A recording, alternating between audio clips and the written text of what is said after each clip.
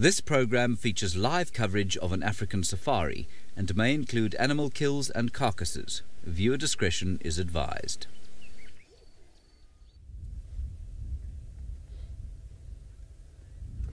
Good afternoon and welcome to the afternoon sunset safari here from Djuma Private Game Reserve, part of the Sabi Sant Game Reserve, part of the Greater Kruger National Park.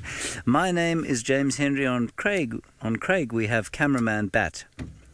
You sort of understand what I meant by that. On camera we have Craig. We began with that glorious tree. Well, of course we couldn't find an animal. That's why we started on that glorious tree. I must tell you that we had spring yesterday. It lasted exactly 12 hours and it's now summer again. So it's 32 degrees Celsius, 89 degrees Fahrenheit, something of a rude warming we've experienced today. Fire warnings all over the place, all sorts of consternation at the heat being thrown up. And just as quickly as we were complaining about the heat, cold and bitterness of the winter, so too we're now complaining about the heat. Please do talk to us using the hashtag SafariLive on Twitter or the chat stream on YouTube. We have got Tristan also out this afternoon. He would love to have your comments and questions, also your insults. He particularly loves to be insulted, so if you'd like to have a go at him. And I think we may have one or two joining us from the Mara at some stage. I'm not sure exactly what's happening that side. Now, we are heading towards Gallego Pan, which is a little waterhole very close to camp, because there was the sound of distressed barking. Now, you may think to yourself, what could be barking out here? Do they have dogs? And I would say, yes, we do have dogs, but it wasn't dogs that were barking. It was kudu or bushbuck or nyala, most likely bushbuck or nyala. And they were barking, of course, because they'd seen some sort of a predator that wanted to predate upon them. And so now we must go and find said predator, who has probably gone for a drink of water and subsequently absconded into a shady spot. And so that is what we are looking for now.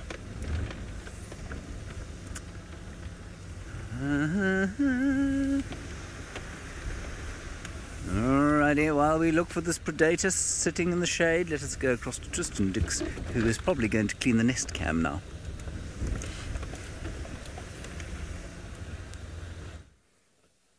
I am at the nest cam, and there's a very good reason that I am here, which I'll get into fairly shortly. But as James mentioned, my name is Tristan.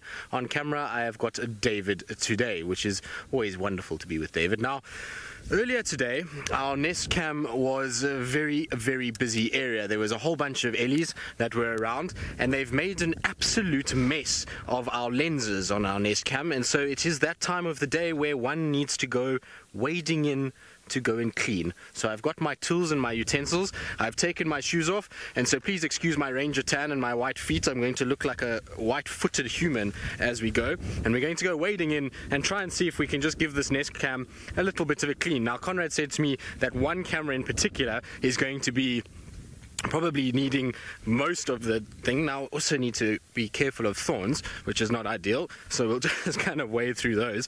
But the one that's probably the worst off is this one right on the edge over here. It's covered in mud at the moment. It really looks as though the ellies had a wonderful time of it. I wish I could actually show you what this looks like. It is pretty much just mud from top to bottom. So we're going to give that a little spray and a clean so that nest cam is much cleaner than it used to be. So we'll just do that and just give the little lens a wipe, make sure that it's perfectly clean. We'll have to get FC to report back on how good a job we're doing. Now, it seems as though the mud doesn't really want to come off, actually.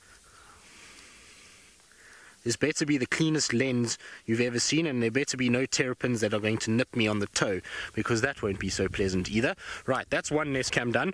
Now I've just got two more to do. In fact, this one is actually okay. This one didn't bear the brunt of the ellies playing. The brunt of the ellies playing was actually this one over here. So we just need to quickly spray this one, and then we're going to get going with our actual afternoon of doing proper game drive. So for now, it was just a little cleaning exercise that I needed to do quickly. So hello to all of you on the dam cam as well that are watching this process and thinking, why is there some strange person wading around in the pan? Well, this is the length that we go to in order to make sure that you guys have the best view of all of the animals that we have out here. Alright, ellies, Now next time, don't aim for the camera. By the end of this week, if it stays hot like it has been, these cameras are going to be brown, brown, brown, and no longer white, which will be absolutely perfect. So Conrad doesn't have to worry about them standing out too much. Right, back we go.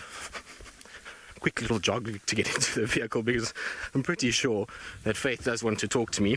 Now we're going to have to move shoes out the way because my feet are all full of sand, so we don't... Thanks, Davy. How's it looking there? Did FC give us a report back? No, nothing from FC even. Oh, okay, I see how it is. We risk our lives and our toes for terrapins for nothing. Sorry, what was that, Faith? It'll do for now. Okay, fine. So I'm not the greatest of lens cleaners. Okay, I see how this works. That's the last time I go and do the nest cam. I'm going to send the FC girls next time to go wading around in terrapin-infested waters where one's toes are in danger from being chomped.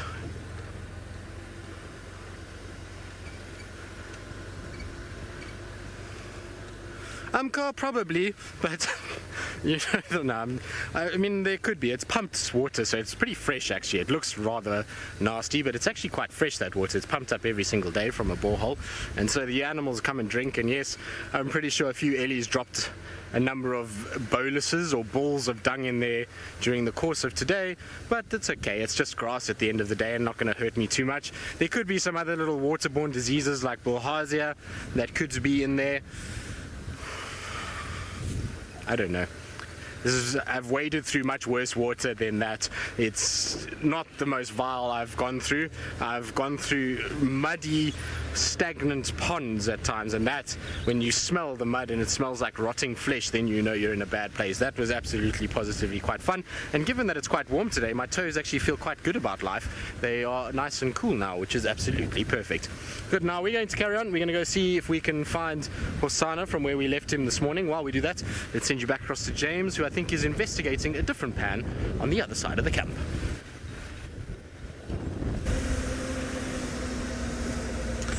Yes, I am investigating a different pan, but it may be that the same animal that Tristan is looking for was the one that was causing the consternation amongst the nyalas and bushbuck around here.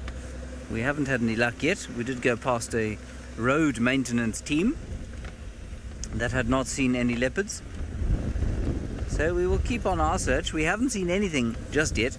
It is, of course, relatively warm, and so you'll find most of the animals with any self-respect are hiding in some shade. So we're going to depend largely on the conversation generated by you over the next hour or so while it cools down, and then hopefully we will have a little bit more in the way of animal action, because I can assure you that if we do find a predator, that predator is not going to be doing the Charleston.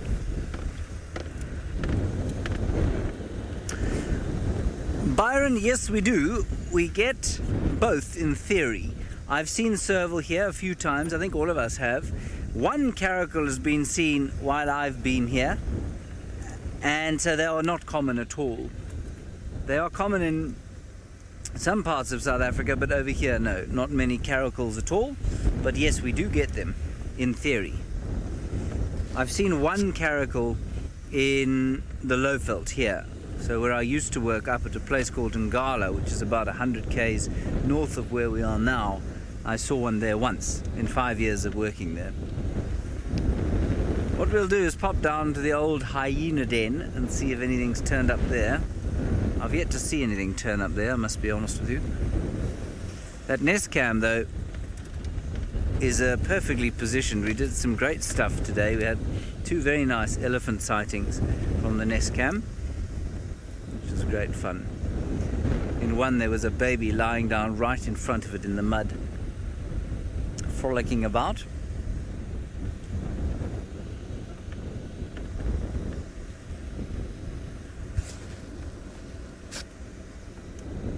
Now this is impossible for me to answer because A, I cannot hear the name, and B, I cannot hear the question. This is what I got. I got Kite K09, do we have nest cams in bold in the Mara?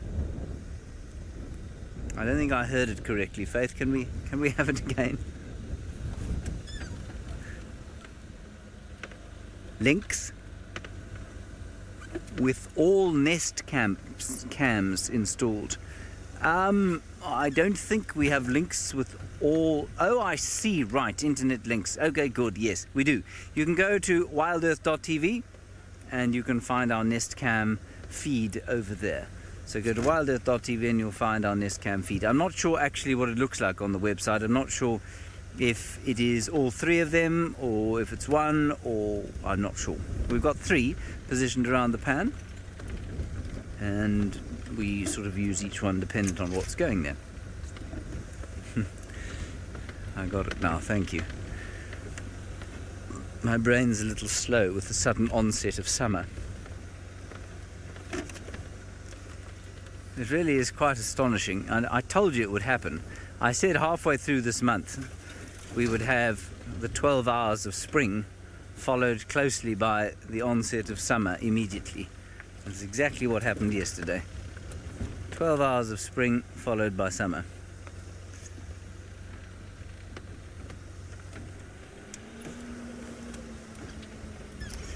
Righty, we're going to go down to this slightly difficult area.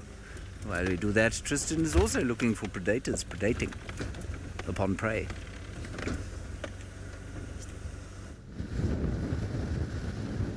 Well, yes, they're hopefully predating upon prey, or have already predated and are now just sitting with their prey animal. That would be ideal, because sometimes watching prey being predated upon is not the nicest thing to see, and something that you don't always want to actually witness. It's quite nice when you rather just come there and it's already all kind of done for you, and you don't have to worry too much. But so far, no sign of Hosana coming out. I know there were some alarm calls just north of the camp, which James is investigating at the moment, and I wonder if maybe Hosana didn't do a massive loop from where we left him this morning back towards the camp. This is where we had him, just off on my right hand side. In fact, just inside here was the last time I saw him.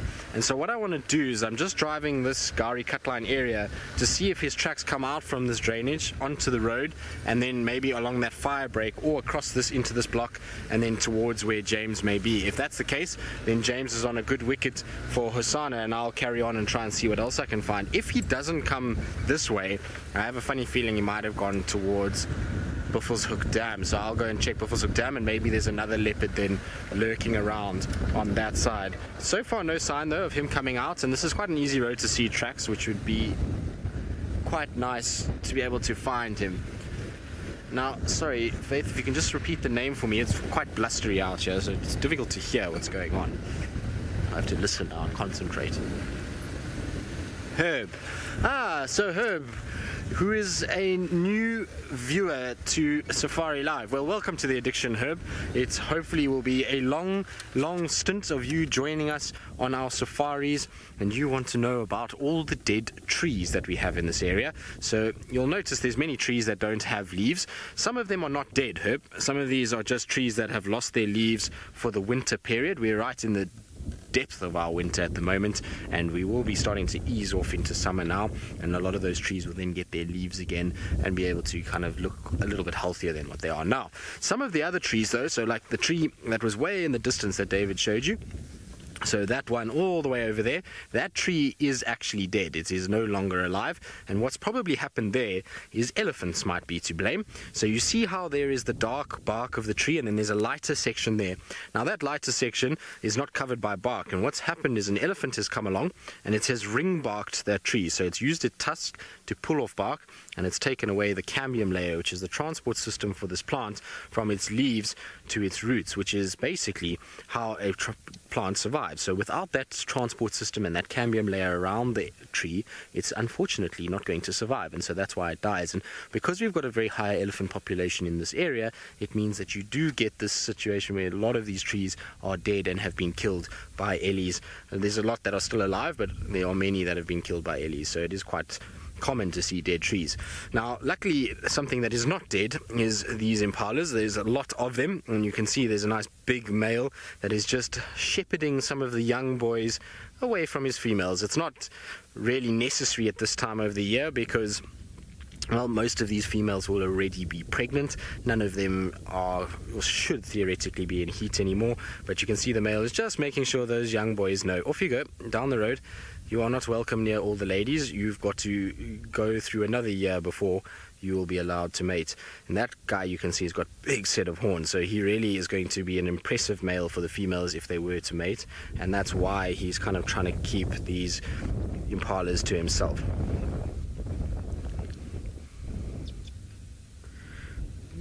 Bronwyn, yes, animals could theoretically attack us in our vehicle. Luckily, though, we're in an area of South Africa and in Africa where this has been going on for quite some time. People have been driving around in vehicles like this for quite a long time. You can see that this vehicle is very open. There's no roof, there's no sides. Everything is pretty kind of clear. There you go. David's doing a nice little panning job. So we're quite exposed in this vehicle. And the animals here have learned that we are not a threat to them. So we're not in any way something that's hurting them from these vehicles. So we don't hunt in this area, we don't chase animals off their carcasses, or if they're a predator, we don't chase prey animals like these impalas. And so the animals see us as almost an inanimate object that moves around and doesn't really affect them. Also, in a predator's case, they are not taught to eat us, so we're not seen as a food element. And the only reason that an animal will be aggressive to a vehicle is generally if there's something that it's trying to protect. So if it's something like a elephant mother that's trying to protect her baby, a elephant bull that's in muss when he's trying to mate with females and he thinks that you're a challenger, then those are situations where we can be in a little bit of danger. The thing is, though, is that with any animal is that if you respect its space and you watch and its body language and you see how it's behaving, it will very clearly warn you that you need to be careful and you're too close. And then if you back away, most of the time you'll be absolutely fine.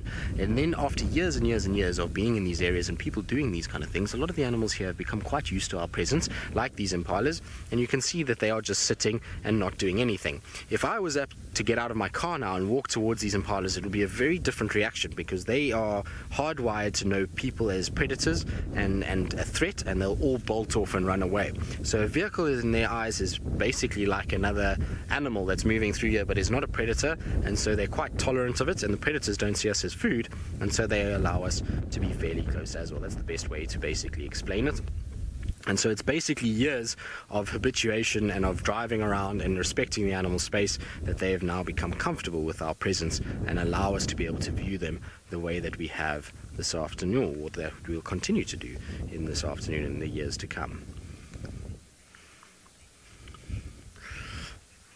Good. Now, our impalas are still kind of they're looking down towards the drainage line a little bit, so I'm going to go and have a little squiz around, see if maybe Hosanna is not lurking in the shade here somewhere. It is quite a warm afternoon, so while I do that, let's send you across to James, who's also snooping about for a spotted cat.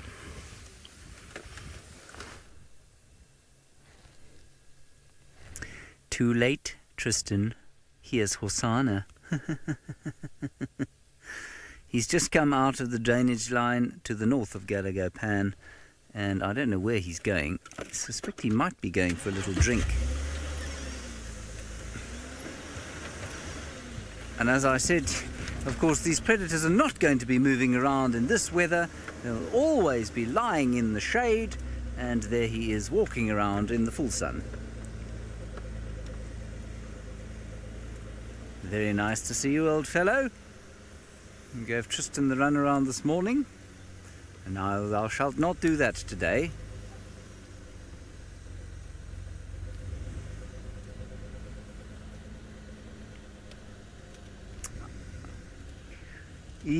Carol 6, some guys swear blind they can tell the difference between leopard tracks.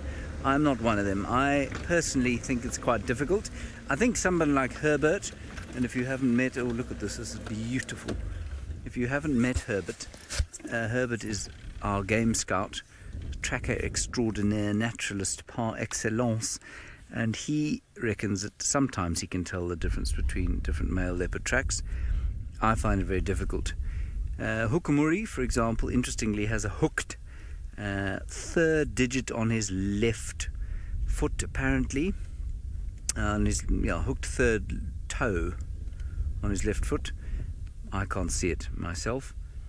And this little guy, well, he doesn't have a very big track yet, but it's not small. I mean, if you put it next to Tingana's, you might be able to see a difference. but I wouldn't know the difference.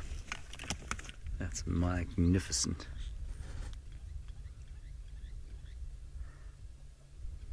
He's a thirsty little fellow.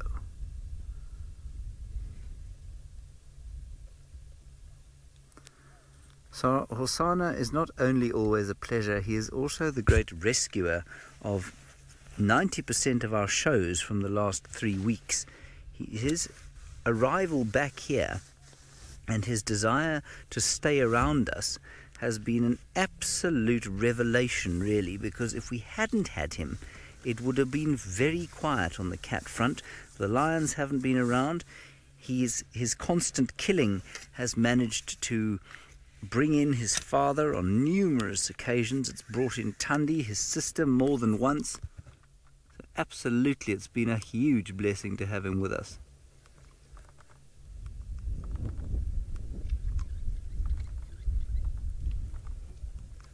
I've just taken an illegal photograph of him. Isn't that naughty of me? And what's really quite funny here is that there are a whole lot of people in the camp opposite us at Gallagher, and they've got no idea. They're walking in and out of their camp, in and out of their room. I might just give them a shout if you hold on.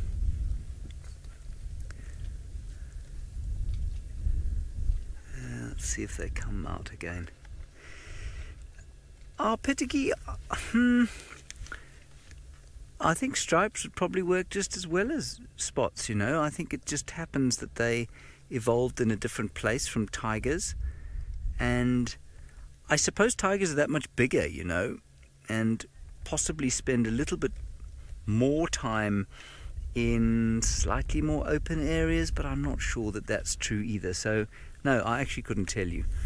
Why, that's a really interesting question. Now there's a monkey that's going to start alarm calling at this little fellow.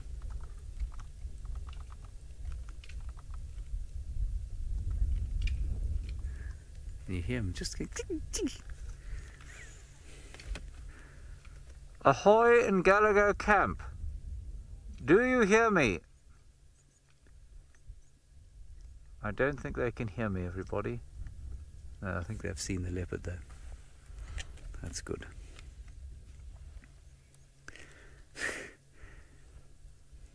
I think they've seen him. There's also, I'm just going to ask you to move off Hosanna for a second onto that gorgeous golden-breasted bunting. Can you see that, Craig? It's just right on the opposite side of the pan. Beautiful bird with a golden breast. Isn't that lovely? Spectacular stuff.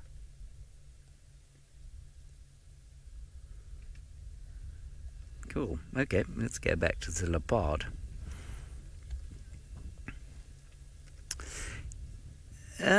Yes, Angel, it is surrounded by a fence. The fence is largely to keep hippopotami and buffalo out of the camp. It won't really, I mean, if this leopard wanted to get in, he'd just jump over that. But yes, I suppose it does act as a deterrent. Isn't that wonderful?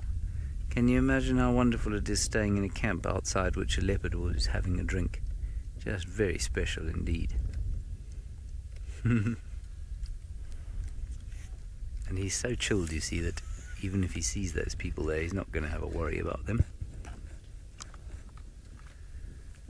His ears are flat back. They have been since we saw him, and I wonder, I think he's been eating anything. He doesn't look very full. He doesn't look hungry though either. I remember Tristan saying today that he thought he looked a little bit hungry. Maybe he's had a scrub hair or two during the course of the day. Right, we're going to follow him because he looks to me like he's heading straight back to the direction that he came from, which means maybe he does have something stashed in a bush, and will then no doubt draw his father in for breakfast or lunch.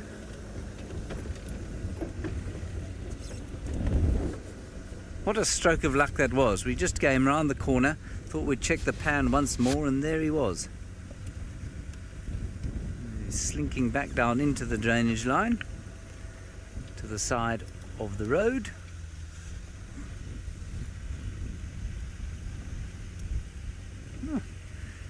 All right. Alrighty, we're going to try and get through this rather difficult thicket over here. Let's go over to the Marcy Mara, where Scott Dyson, I believe, is out exploring.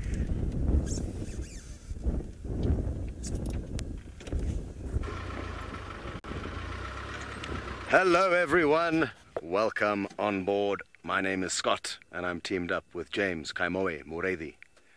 Good to have you on board.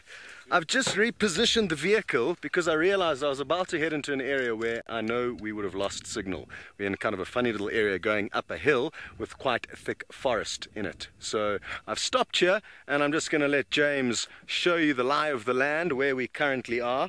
We're kind of midway down the Mara River in the Mara Triangle Reserve in the Masai Mara in Kenya. You've probably noticed the scenery is very different to down south where you've just come from. And there's the river there, and as James continues to pan to the left, you'll begin to see probably more and more vehicles.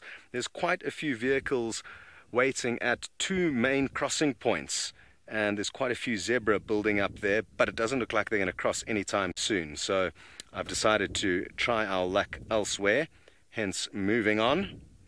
Taylor was there, so we've got her keeping an eye on the river, and I hope she gets lucky a little bit later on. It really is incredible how much it has dried up here in the last kind of 6 to 8 weeks. I mean, 2 months ago this area was completely green. A lot of the areas were saturated with water. We were getting so much rain, and in a very, very short space of time you'll notice that everything is gold and dry. So that's been quite an interesting thing to witness firsthand. Last year I arrived just in time for the migration, so I didn't get to kind of see the transformation. Hello Fortuna, I think I got your name correct. If not, I do apologize. You would like to know if we have any updates on the river cams. And yes, we do have a few updates, I guess, in that we've got, I think, 3 or 4 operational. But only one of them is the same caliber of the cameras that we had last year. Sadly, all of them have been broken, either by the weather or animals. So it's not the same setup as last year, but we have been doing our best to get as many up and running as possible. But we are so busy focused on the TV series at the moment that we've got kind of all hands on deck doing various things. So I'm not too sure exactly who's going to man the river camera or be able to narrate the crossings. I think James did try and... So, some of you may have seen that. There was an action broadcast. I think there was some problem with the audio though. Very good. But I'm hoping in the coming weeks they'll be up and running and you guys will be able to see more updates from the river action. Very good. We will see you a little bit later. For now, we're going to send you back down to Tristan.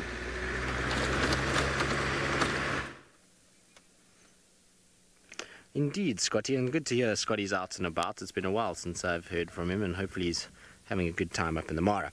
Now, talking about Mara, one of the animals that is most common and most prevalent in that area at the moment is a zebra, and seems to be pretty good here in Djuma too lately. David and I were just discussing that we've been seeing a rather large number of zebras over the last few weeks, and not that any of us are complaining. It's always nice to see these beautiful animals gracing us with their presence, and so quite chuffed that we've got lots of zebras around. Now you can see the stallion strutting his stuff as he walks, also bobbing his head as he goes. It's definitely a strut, that's for sure. Yes, they do, Debbie. They will most certainly alarm call for predators. Please don't ask me to make the alarm call because I absolutely cannot do it. I can't even attempt it. It's something that is just not good. I'm pretty sure that James would be able to do it. So the girls in FC are saying that I need to do it. Honestly, girls, I promise you that I don't even know how to start with it. But they do alarm call, and they'll alarm call for leopard, lion, cheetah, even potentially maybe wild dogs. I've actually never seen them alarm call for wild dogs, which is interesting. But lions, most certainly, they'll make a lot of noise if they see lions, and even a leopard. But these zebras have got it easy, I must be honest, compared to the zebras up in the Mara, who are chomped at every opportunity by lions and crocodiles and even leopards in the form of the little foals. Here, these zebras very seldom actually get hunted. I can't tell you the last time I saw a zebra carcass. It has been a very, very long time since I've seen a dead zebra in the Sabi Sands. Our lions here tend to target buffalo and wildebeest long before they'll go after a zebra, and so it's not something we see all that often. Whereas their East African counterparts, lions, they love themselves a little stripy breakfast or dinner and will regularly go after zebras. I suppose it's also a indication of what is more common in each area. So here, large herds of buffalo graced the presence of the Sabi Sands fairly regularly before the drought of 2016, and so it was an animal that they hunted quite a lot, and the numbers of zebra are very low in these areas, as I was alluding to earlier, whereas up there a lot more of these guys means that a lot more opportunities to hunt them and a lot more chance to hone their technique. A zebra's not an easy animal to hunt. It's quite clever and it's got very keen eyesight, and that makes it quite tough to actually get a grip with hunting them and the technique to do it. And so our lions here are so used to hunting big burly buffalo that are a little bit fleet-footed, well, not as fleet-footed as these guys, and they sometimes get caught a little bit short by the zebras. But they're a beautiful animal, like I say. I love actually just watching them go about their business. They generally like these kind of sections where there's open clearings, and that they're... so Bobby, you obviously know about the McCurdy-hurdy. So, yes, I suppose we missed them all too. It would be interesting to know if any of the members of this herd or any zebras that we've been seeing are part of the McCurdy-hurdy. It would be difficult to know these days because it's been so long since they've been on quarantine that I doubt that they'll be as relaxed with us on foot as that herd was by the time they got kind of chased off by the lions. So I'm not sure. I mean, maybe we are seeing the McCurdy-hurdy again, but there's definitely no zebras that are spending an awful lot of time on quarantine. It seems as though there's only the wildebeest herd that is there regularly, and every now and then 3 stallions that we see on the open area. But maybe the McCurdy-hurdy will arrive back. Do we know any members of the McCurdy-hurdy? Maybe there's certain members that we can recognize. Right, from one iconic, beautiful, patterned animal to another, and no, I don't mean James, I'm talking about the ever-beautiful Little Chief.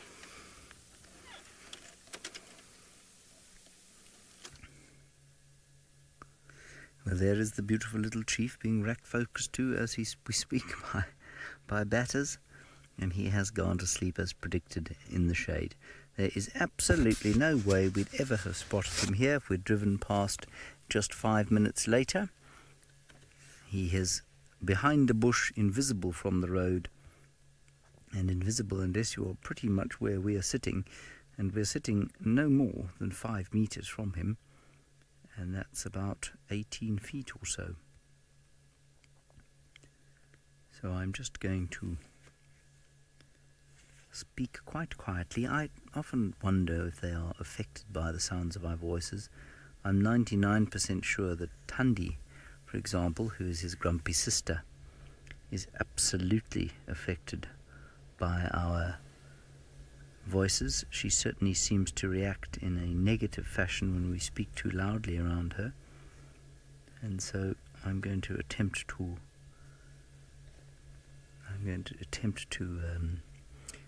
just speak a little more gently around leopards from now on when they're asleep, in the same way that I like it when my neighbours speak gently when I'm trying to sleep myself.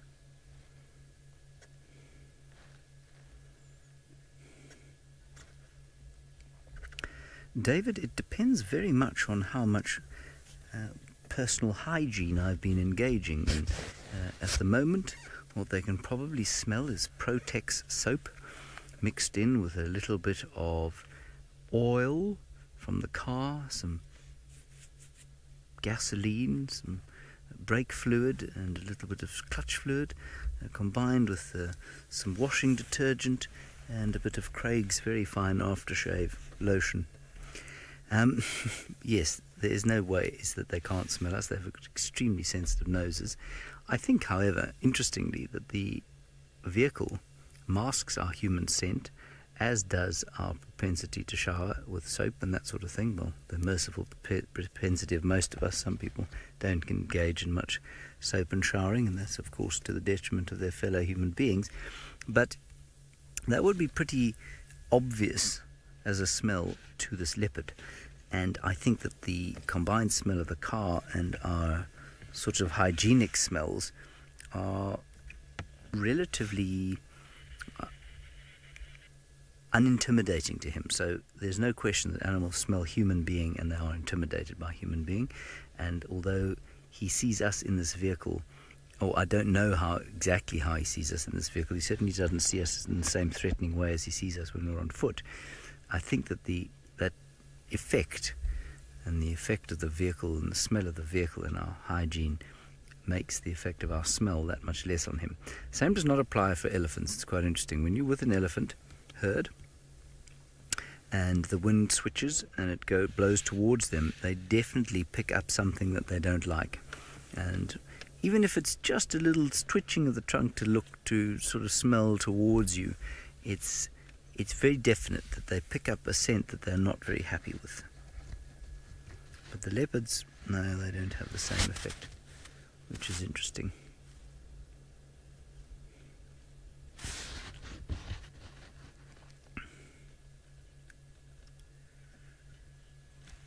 Well, Emily, new viewer, lovely to have you with us. Thank you for your question. Thank you for your time. You will find that the little chief is very much related to Hosana, 100% related, in fact, so much so that they are exactly the same individual.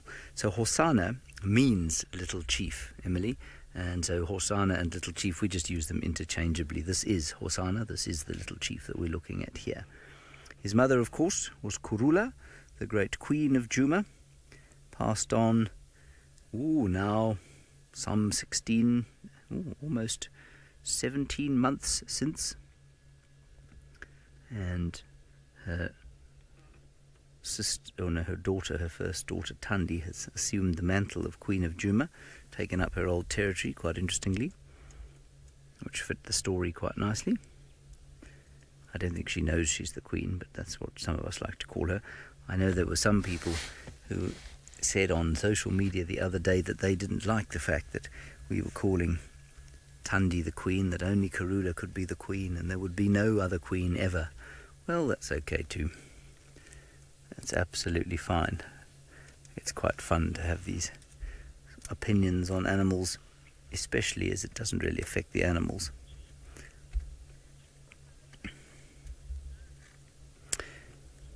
Angie, no sign of Tingana, but his tracks do go down towards where I had Shidulu yesterday, which were sort of central western parts of Djuma. I think Tristan might do a turn past there a little bit later and see if he can't find those tracks. I think Shidulu had a kill yesterday. She didn't, as far as I could tell, emerge from the block that I saw her in yesterday morning, and Tingana has been the world's finest scavenger over the last 4 or 5 weeks. And it wouldn't surprise me in the slightest if he didn't pick up the scent of a kill on the wind sometime during the evening yesterday and perhaps head off towards where Shidulu had a kill. So I think that's where he is. And certainly he's in very fine state. He is in a very fine state.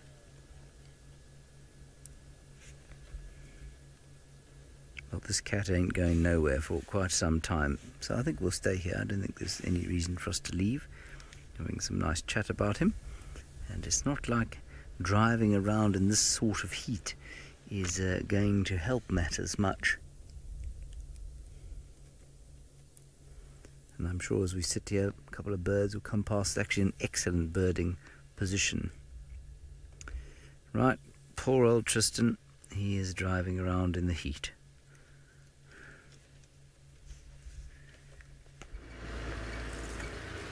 I am, and I'm not. I think actually driving around is better than being stationary in the heat this afternoon, because the sun is blazing down, and so if I was sitting in the sun it would be a lot hotter than driving with a little breeze blowing in my face. So I'm quite happy to be driving at this stage. But since James found Hosana, which has kind of changed my thinking for the afternoon, is that he's quite right in that I'll head towards where Tingana's tracks were and possibly where Shadulu, I don't know where James left Shadulu, but I'm roughly guessing it's a similar area. So we're going to go just scratch around and see. Maybe Shadulu's on a kill, maybe the two of them have met up, you never know. But also what I remembered from this morning, which I had completely forgotten about until about 2 minutes ago, was that the wild dogs were not very far from our boundary either, and so that would make a perfect late afternoon surprise. So I've actually got lots of things in the west, so I'll head in that direction a little bit later. While it's still kind of hot and very, very warm, I'm going to head towards the Mulwati via Quarry Pan. Of course, there's no water at Quarry Pan at all, but it's an area that Tandi and Kalamba like to hang about in, so it seems worth just checking and seeing if they're not in this area somewhere. So we're going to do that and then round to the Mulwati and south and see if we can find some elephants in the Mulwati while it's still hot. Gary, well, I would say, I mean, there is a speed limit depending on what you're following, though. If you're following wild dogs, the speed limit tends to go out the window very quickly and you tend to be mobile a lot faster than you should be. But theoretically, the reserve speed limit is 50 kilometers an hour, which is very fast, I can promise you, on one of these dirt roads. I don't have a working speedometer on this vehicle, and so I can't tell you how fast I'm currently going, but if I was going more than 10, it would be quite a lot. In fact, I would say I'm maybe between 10 and 15 is about what I'm doing currently.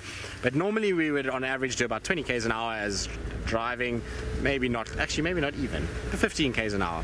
And then, you know, you can go up to 50. A wild dog, though, at full speed will take you over 65 kilometers an hour, and you can try your very best to keep up with a wild dog at full speed, and I can promise you that you will not. But we try and stick to the speed limit as much as possible, and there's a very, very good reason for not driving fast in a game reserve like this, and it's two things. One is that the roads, as you can see, are not beautifully paved, even delightful roads that you can do very big speed on. These are bumpy sand roads, and so one is you're probably going to roll the car if you go too fast. Two, you're going to not have any time to brake, because you're going to brake and you're just going to skid on this loose substrate that is on top of the hard road, and so then you're going to have a bit of a problem.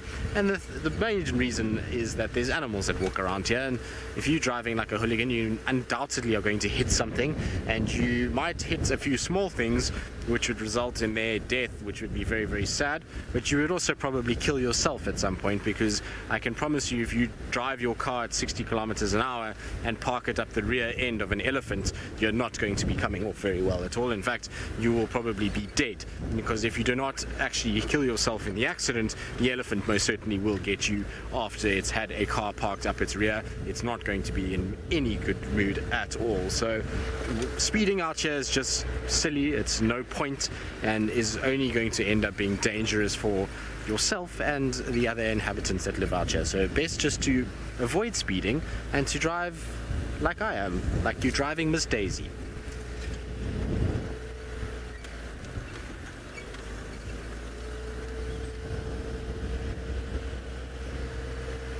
So Matt, another new viewer to join the SafariLive ranks.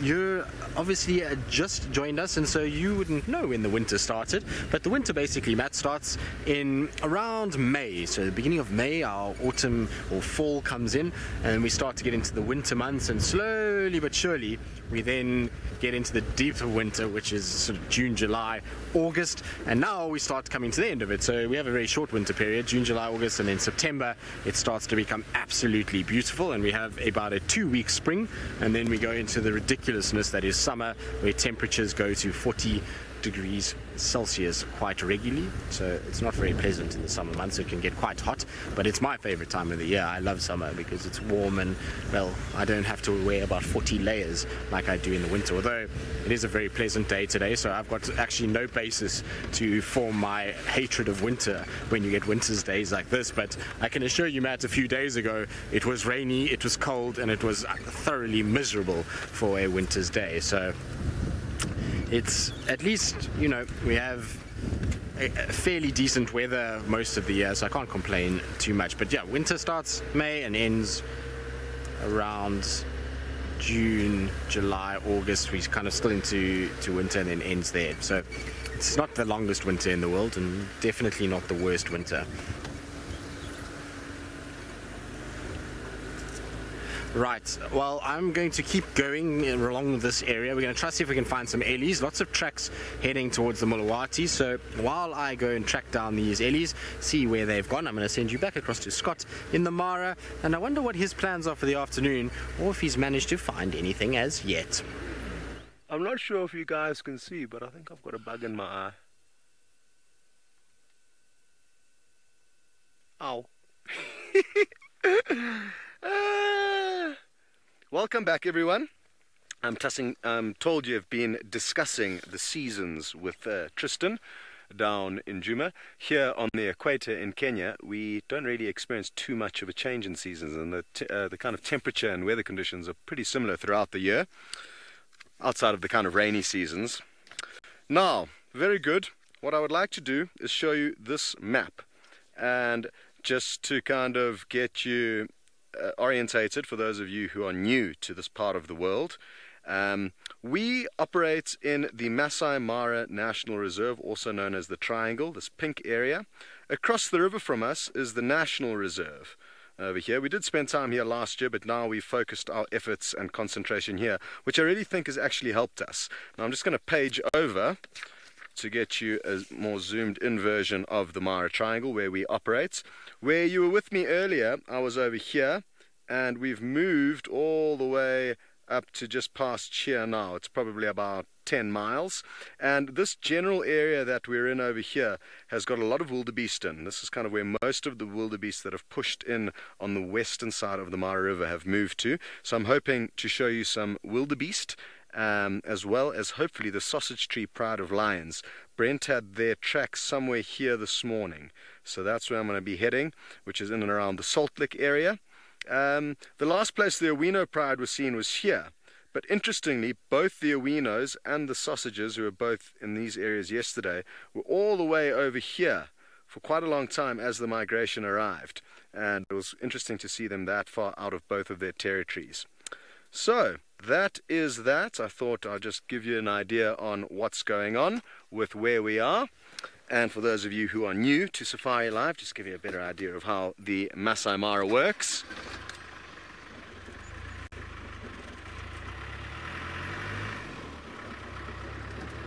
Sorry, Rosh, I didn't copy your question there. The radio comms was a little bit shaky from Faith, who is directing the show, but she'll feed it through to me again, and hopefully I will hear exactly what it is. Oh, why aren't I wearing goggles like Brent? Roshni, those goggles are horrendous. They also get quite hot because they're closed. What would be nice would be clear glasses like these, just with a clear lens or something like that. But yeah, the ones that were sent from Nairobi were pretty funky, so I haven't taken the plunge. But yeah, you're right, Roshni. Oh, there it is. I got it out finally. Let's see what it is. I tried to show it to you in the beginning. I don't know if you could see, but shame, that poor little bug on my pinky finger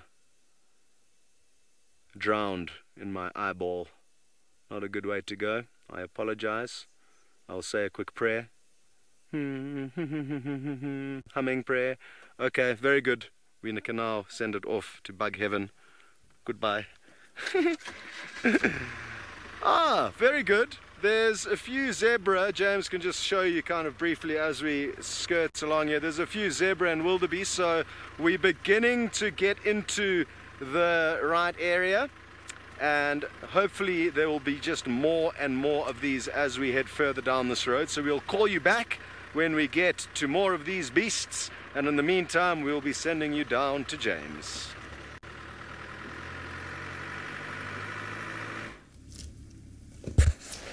We have not moved, the cat has not moved.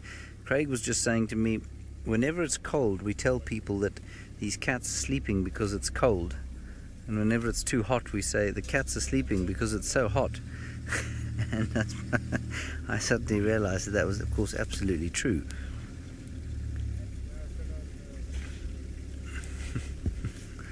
Now we're just trying to help Taxon get a vehicle in here. It's going to be quite interesting. He's got to get a very large car in, and I think probably Hosanna will lift his head eventually.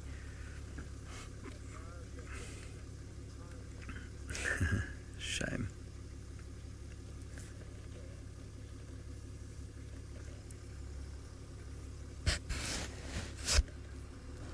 Guy, the smell of a quarter pounder with chips will wake up a leopard.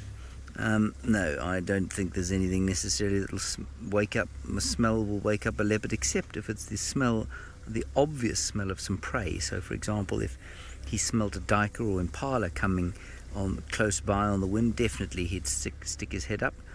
And I mean, if he smelt or heard the rustling of the bushes for a potential prey species, then he would absolutely react. Now this is quite astonishing because Taxon knows this cat, and he's parked, he's slightly closer than us even, and Hosanna has not blinked an eyelid. It is quite astonishing.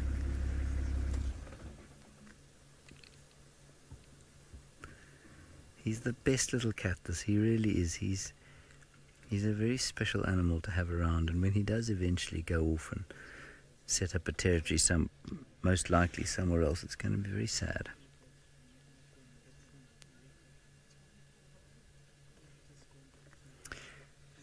Kim, no, I don't think he has an upset tummy. All cats will eat grass from time to time, just to line the stomach with a bit of fibre, helps move things through on a diet that consists purely of meat. So no, I don't think that he's got an upset tum, but you know, they will eat grass from time to time. Maybe it was feeling a little bit sore or in need of a bit of a helping hand when it comes to emptying it out, but no, I don't think he feels sick necessarily because of it.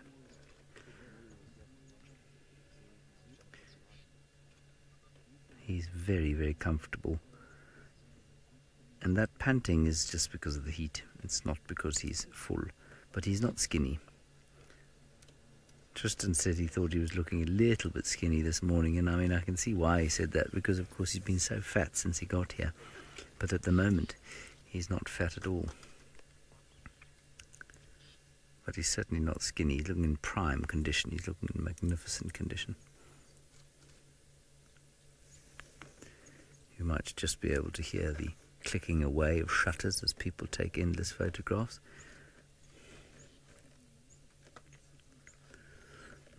Linda, this is a good question. It's one that we often talk about. He is vulnerable to a certain extent, but they don't sleep like we do. So I know that bombs can go off outside the room that I'm sleeping in, and I won't wake up from time. You know, sometimes if I'm in a really deep sleep. Leopards don't sleep like that. No animal out here sleeps like that, except perhaps some lions sometimes, and maybe the odd elephant calf. But these cats don't sleep like that. They have to be able to wake up immediately if they smell something, if they hear something. And so if he were to hear the breaking of a twig behind him, he'd shoot up immediately and become totally awake. So that he's more dozing than he is being fast asleep. He's so familiar with the sound of vehicles that he hasn't bothered to look up. It's not like he didn't hear the vehicle coming in. It's just that he didn't bother to look up because he's so familiar with the sound. He's so familiar with the smells. And that's why he's just lying there, not bothering at all, as people click away, taking pictures of him. He's an extremely popular leopard, this. And as Tristan said the other day, he said he's becoming one of the most famous cats around, of course. I suppose the comparison was being made with Scarface, the male lion of the Masai Mara. He's an iconic beast, and everybody knows him, or anybody who's ever been to the Mara wants to see Scarface, the male lion, and we've managed to get him on camera quite a lot. But in terms of leopards, I imagine that this fellow must be one of the most famous leopards there is. He's certainly got more airtime, more screen time than any other leopard I've ever seen or heard of. And so he should. He deserves it. he and his royal lineage. And of course his very confiding nature, his willingness to spend time with us, which is just great. Because if we didn't have this, it really would be a lot duller.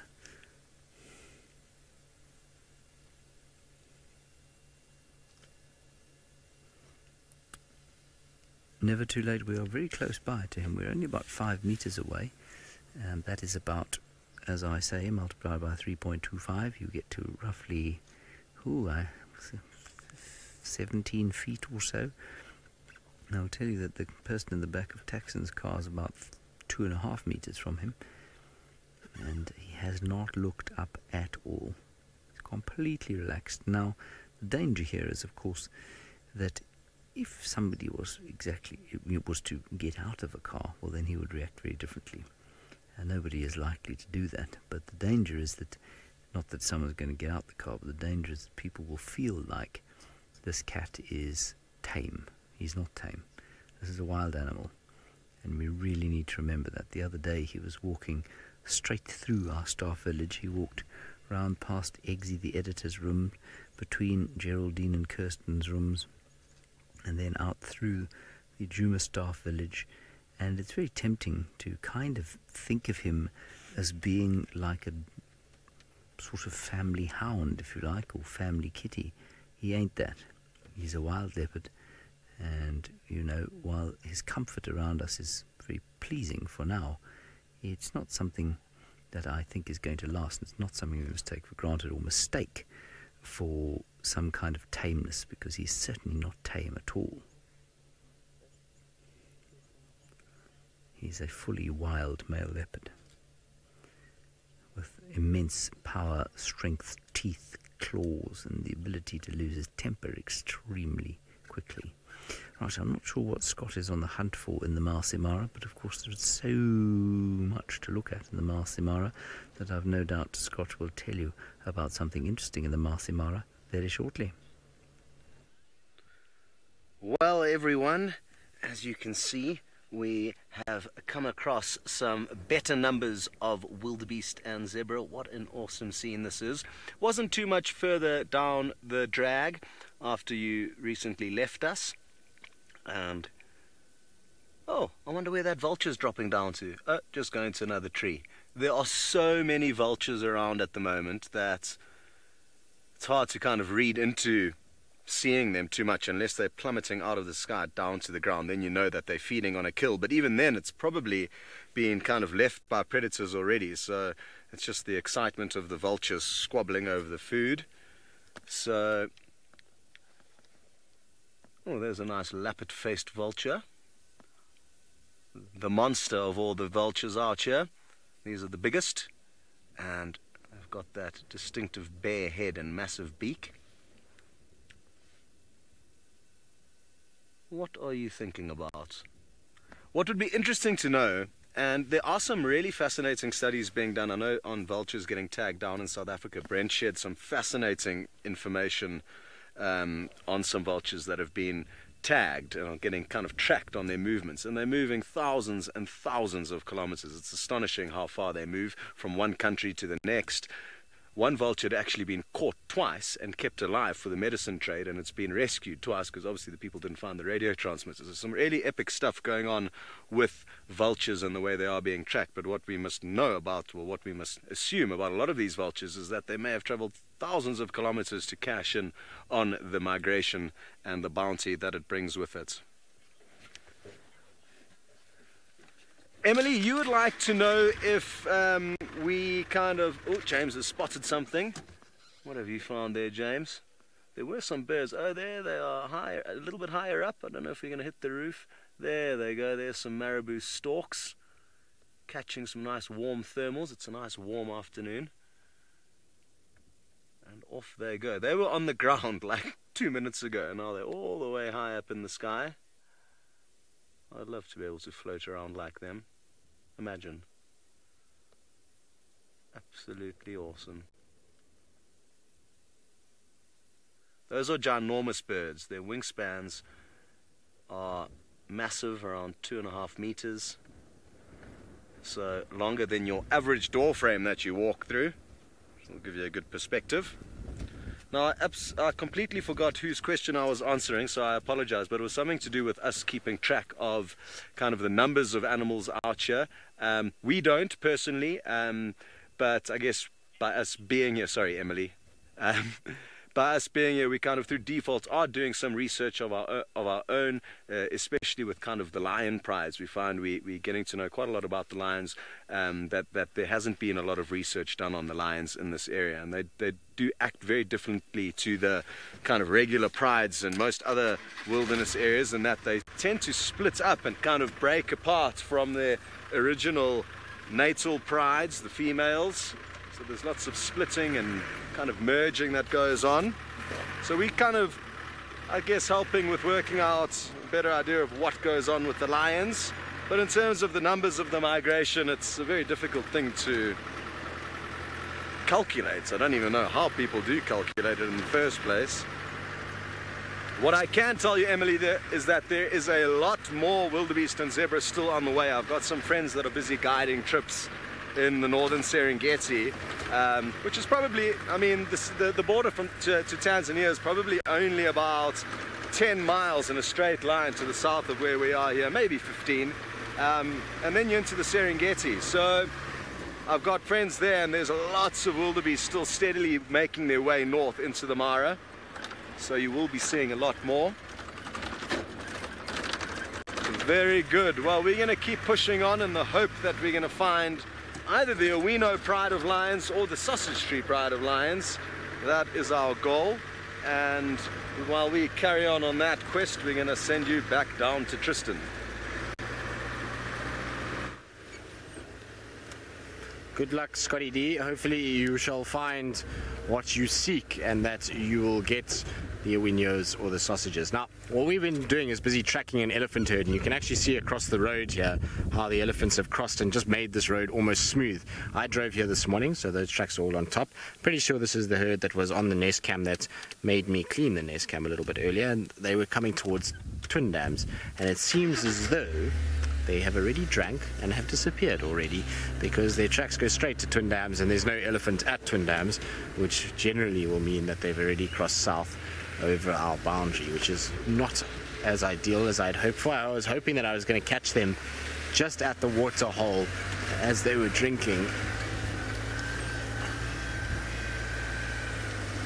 Oh, Rush, plenty. No, I'm joking. So Egyptian vultures here are, and there is only one in the whole of the Kruger that is being seen. It is incredibly rare to see them, and that one individual is out of its range, so it is not common, and they've been spoilt over the last year because it's stuck around for a long period.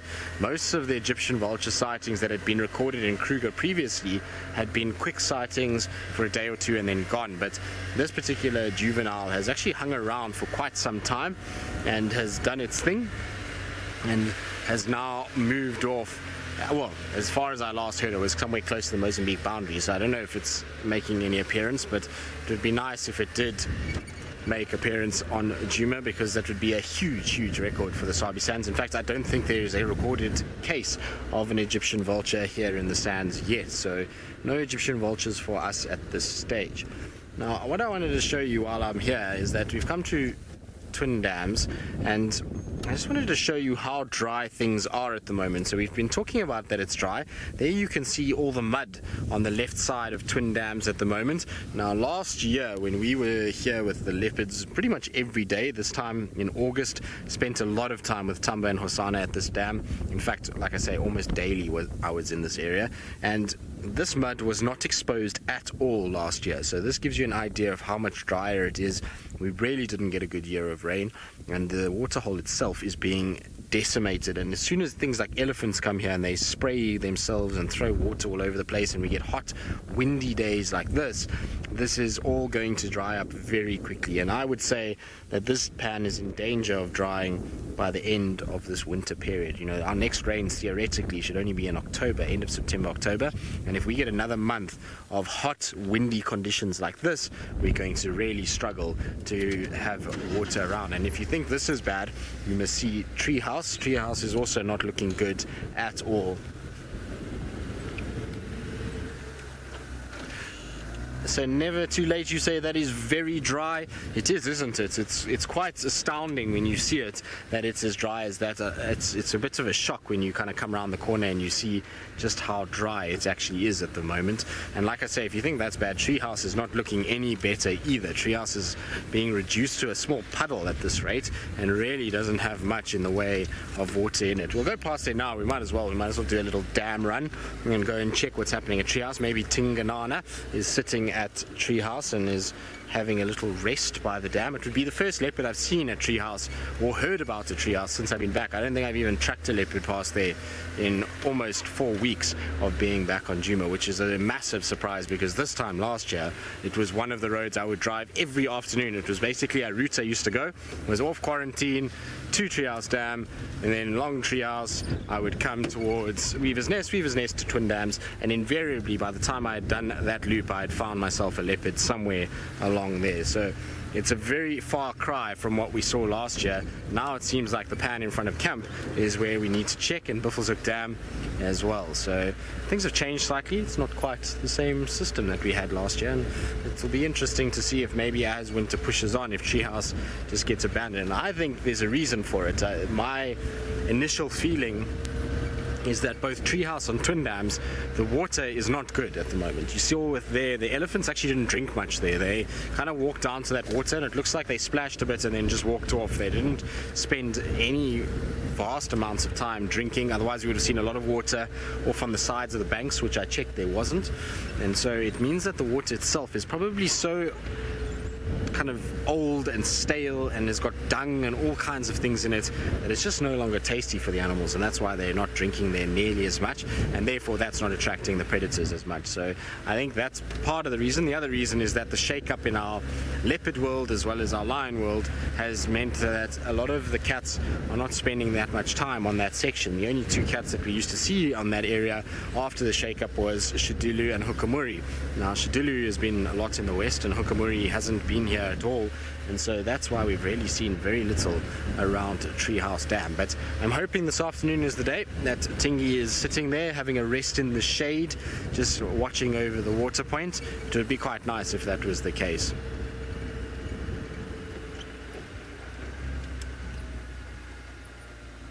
So, Romit, I'm just stopping quickly before I get into your question. We're just having a little look at Janet Jackson's $1 million mansion that she's got here off, or he, like I say, it has got off of the main road. It's like Hollywood Boulevard in the form of Gowrie Main, lots of vehicles up and down.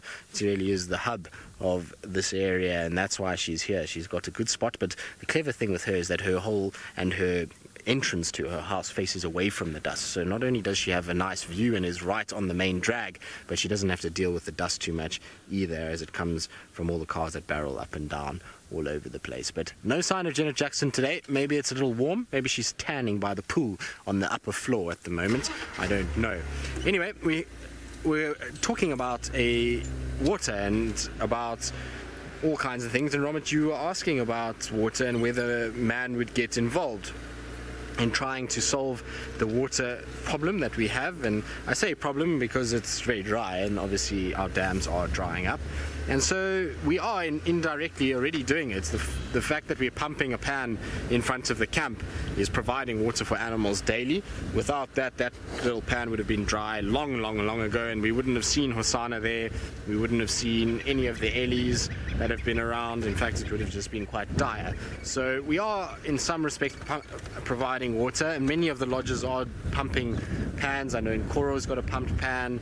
Chitwa's obviously a massive dam, so they don't have to worry too much. Simbambili pumps a few pans, Arathusa, Elephant Plains. So there's a few pans that are pumped in this area, and that's all just to try and kind of keep animals with water and try and keep them hydrated. The problem with it is that it's created an unnatural balance. Now, there shouldn't be this much water in this area and shouldn't last this long. So theoretically, these areas should have been quite devoid of game during the winter months, and most of the animals should have gone towards the Sand or Sabi River or those areas.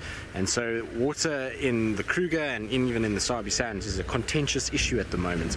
And there's all kinds of talks about trying to shut off water points and trying to just get things back to a little bit more normal. But I don't know how long that's going to take. It will probably be quite a while.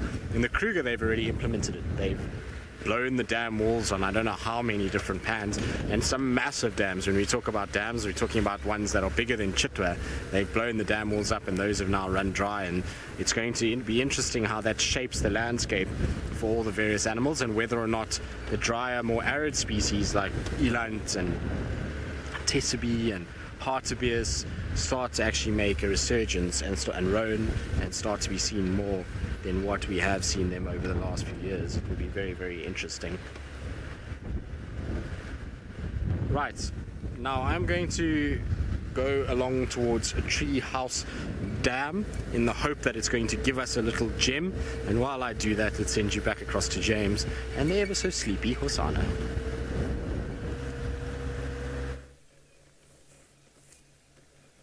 Yes, you can see that he has turned exactly 4 degrees in an anti-clockwise direction. It was something else. You can't believe it. Craig nearly leapt out of his skin. He dropped the camera he was looking at. It dropped onto the floor. People next to us started wailing and gnashing their teeth. The action was so extreme. Now things have calmed down again, although you can see them hotting up there with the movement of his left ear. Sure. Did you see it move there? Wait, it'll happen again, everybody. Get ready. It's going to move. There was sure to be a twitch of the left ear. There. Did you see that? My goodness. Oh, and again, take your screenshots now. Take them quickly. You'll never get an opportunity like this again. The amount of action happening here at this leopard sighting is unfathomable. If you look very carefully at the middle of his body, you can see that his diaphragm is moving up and down, which is resulting in the intake of air into his lungs and the exhalation of that air thereafter. A richer mix of carbon dioxide, of course, on the exhalation, but to see that process working like this in the sun is something to behold. And oh my goodness, he sat up. That's truly astounding. Now he's going to... Oh, he's just going to give himself a little cuddle. Shame. It is so funny how cats like to do that. It does give them the impression of house cats when they hug themselves like that. It makes you want to go and give them a hug, which of course would be a bad idea. Minamu, I think, is simply the lack of threat. That's why he comes back to Djuma. That's why he has spent so much time here. He spent a lot of time wandering. He went on to Elephant Plains via Arathusa into the realm of Hukumare, and then down south into Londolozi into the realm of the Anderson Male, and then he sort of headed a little bit further towards Mala Mala, possibly into his brother's territory. He is known as... What is he known now as? I think it's the Flat Rock Male. No, it's not. This is Kunuma I'm talking about. He's known as something else at Mala Mala, and James Richard is going to shout it through on Twitter now because I really should know this. Senegal Bushmale. Senegal Bushmale. They would have come into his ambit as well, and then probably found that when he returned up here, suddenly the male leopards in the area didn't want to try and eat him or kill him, and the female that is in this area is Tundi, and of course there's a certain familiarity there. While she's not particularly tolerant of him, he's not that scared of her, and she probably seems quite familiar, and of course this whole area will seem familiar to him from his times as a baby leopard. So I think that's why he's hanging around here. I think the main reason is Tingana's tolerance of him. Tingana has not tried to beat him up or throw him out, although he has stolen a substantial amount of food from him. He hasn't tried to beat him or chase him away. It's quite interesting to watch. We had an astounding sighting with Sydney the other day, where Hosanna, quite against any leopard behaviour I've ever seen, approached Tingana and in fact followed him for quite a distance. Tingana set himself up on a termite mound, and Hosanna approached until Tingana eventually went as if to say, go away, leave me alone. But it wasn't an assault. It wasn't like Tingana got up to chase him away. It was like he was saying, just go off and do your own thing, leave me be, which is not what would happen if he walked into the territory of Hukumori or the Anderson male. He would then almost certainly be actively followed, and if Hukumori or Anderson found him, I think they'd have a go at him because he's smaller than they are. He's not as heavy yet. He will be probably about the same size as Hukumori one day, but he's not. He's unlikely to be as big as the Anderson male, but he's definitely not as big or as experienced yet. I would have, until 4 days ago, Sherlock, I would have said I don't know what the function of the hair and the ears is. Until Tristan made a very good point, I said to him, isn't it funny how we were looking at pictures of lions, and I said, isn't it interesting how the Mara lions have got bigger ears than the Djuma lions, or the Kruger lions? And he said, yes, but look how hairy they are. And I said, well, yes, exactly, they are very hairy indeed. And I said, why do you think that should be? And Tristan said to me, well, dope, it's because there's so much more wind and dust there. And that is precisely why any of these cats, I think, have got hair in their ears. It's to protect them from the wind and the dust.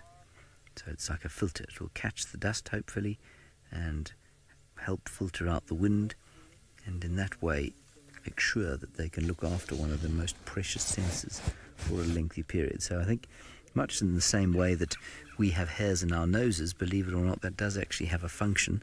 I know that it is detestable to most people, that the sight and thought of having a hair inside your nose. Craig's agreeing with me vigorously, and let me tell you, Craig, 10 years' time, I promise you, you'll be plucking them out. They are there for a purpose. They're there to filter dust from our nasal cavity and pollen even from our sinuses, which of course for many people makes a very miserable time, spring and the summer. His head's up now, everybody, and thousands of rank average photographs being taken by the vehicle next to me.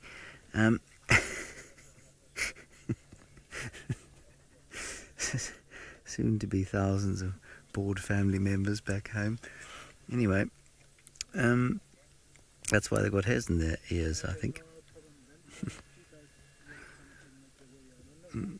Yeah. Let us head across to somebody who never ever takes rank average photographs.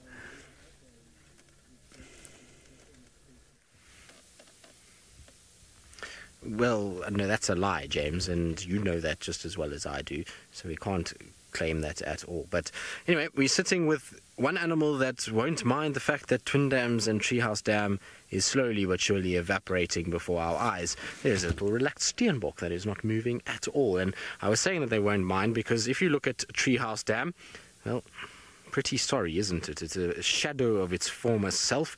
It is drying by centimeters every single day and is really starting to look quite dire. I remember that we had a sighting of Shadow, and we've spoken about this before, drinking from this pan, and where she used to drink, I'll give you an idea. Now, where you look down below where the edge of the water is, now come closer to me, David, so right up against the dam wall. There we go. So there's a branch that is in the water there. Okay, now David, I want you to follow the dam wall to your left, and I will tell you when to stop. So have a look at this. This is water, water, water, water. Come down more towards me, David. More. Yes, along the dam wall, David. The dam wall is what we parked on. To the left, buddy. You're going right. So more to your left, more. So if we keep going to the left, keep going to the left, keep going to the left, keep going right over there. You see there is a fallen over tree. Now that is where leopards were drinking this time last year. So that gives you an idea of just how far we have changed from where it was. So that fallen over tree is where leopards were drinking this time last year, and that gives you a nice idea. David has gone out very kindly for me. It is a good few meters from the edge of the water now, and so Treehouse is very, very dry. Now I was saying earlier that steenbok don't mind the evaporating water, and there's a reason for that. Is because steenbok, well, they are one of the species that are quite used to not having much water and are actually very good at being able to survive without water. And basically that's because they will get their moisture intake from dew that is on the grass. So in the early winter mornings, they'll go and lick all the water off the grass, and that's how they sustain themselves. So they're actually quite tolerant of very dry conditions. And I know Steve was talking about gemsbok or oryx as a very dry, arid area animal that can cope with no water, and these guys are another one of them that will able to get dew just from whatever settles on the ground, and they can actually then sustain themselves like that. The other ones that are very tolerable of dry condition that we get here, it's not an antelope, but is a scrub hare. So scrub hares very seldom will actually drink water. It's part of the reason why when they defecate and urinate, it actually comes out as a white sort of, it's a fluid, but it is always quite thick, and that white will then dry as a salty crust because of the lack of water that's in their actual urine, which is pretty interesting. So these guys will do okay. Even though Treehouse is drying, they will be just fine. Now, I say that Treehouse is not looking good, and that means that there's no sign of Tingana here at all. Yes, never too late. Regularly will animals come to pools in lodges and drink out of them. In fact, there's some lodges where you can get videos of the elephants with their trunks in the pool while people are in there themselves. So animals regularly drink at Simbambili and Chitwa. Chitwa used to be, room 11 was Tundi's favorite drinking spot for many years. Mvula used to love it too. He liked room 5 though.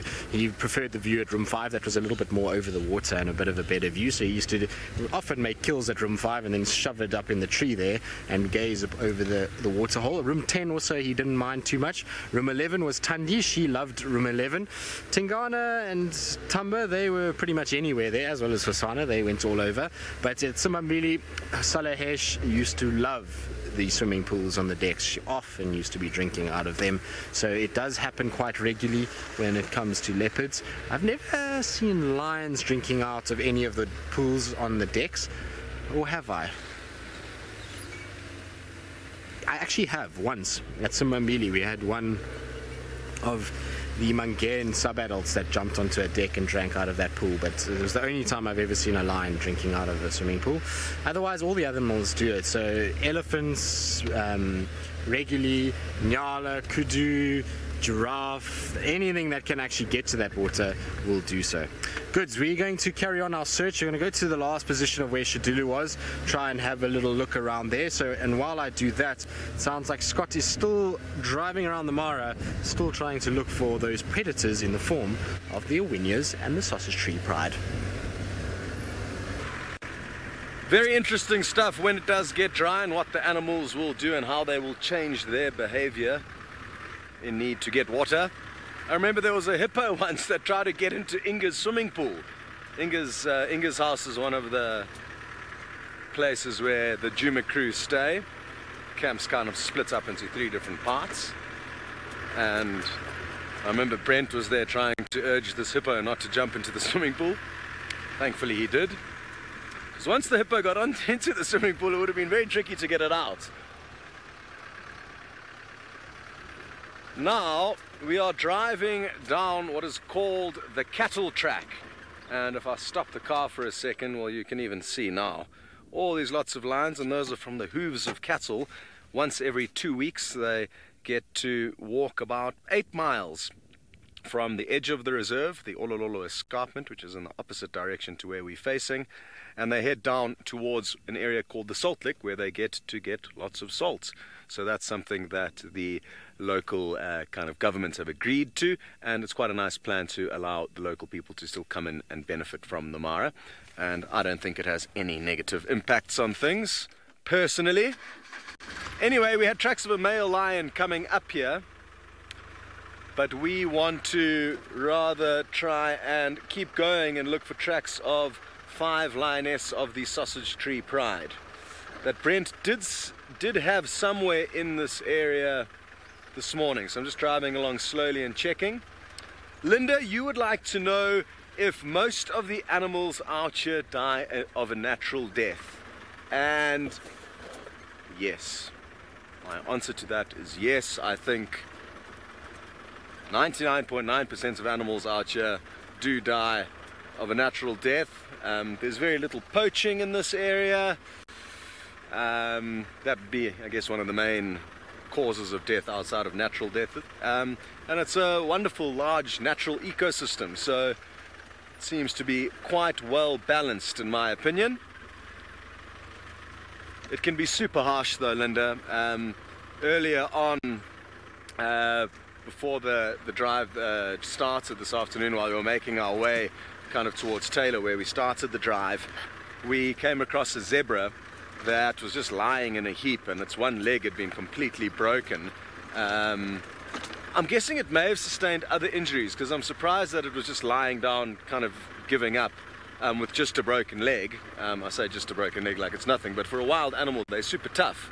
And they can survive for long periods of time with disabilities like that. But it was an incredibly sad scene.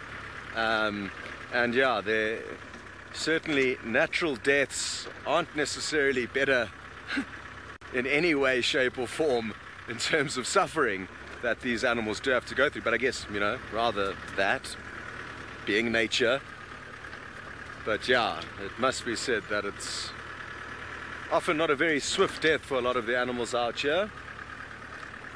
Kimberly, you are now interested to know about animals that may be endangered that frequent the Mara. Vultures that we were looking at earlier are critically endangered, various species more than others, but in general, as a population of animals, they are in big trouble. And that's due to a couple of things. Being poisoned many years ago because they were getting caught in the kind of crossfire for other vermin, as well as, sorry, I'm just having a look carefully here for tracks, so excuse me while I do. I can just see hyena and zebra, and I can't see the male lion that was heading up anymore, but yes, other animals on the endangered list. Sorry, I'm battling to multitask here. Cheetah, black rhino. I guess there's kind of different people who equate, and I don't know exactly who to believe when it comes to numbers and what is endangered and critically endangered or semi-endangered or heavily endangered. There's kind of lots of different brackets, but yeah, I guess cheetah, rhino are probably the main ones out here. Those are the ones that come to mind, but I'm sure there's quite a few others, a lot of smaller things, birds, insects, amphibians that may be in trouble as well.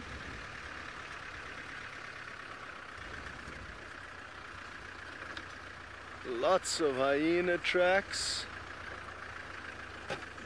Matt, thank you for asking this question, because I should have discussed something earlier on, you asking if there's a storm brewing in the distance. And I can't tell whether it's a storm or if it's just a fire that's burning in Tanzania. You can see lots of smoke pluming off the earth there. That is deep into Tanzania. And I'm not sure if that smoke's causing the kind of gloomy haze or if there is any rain.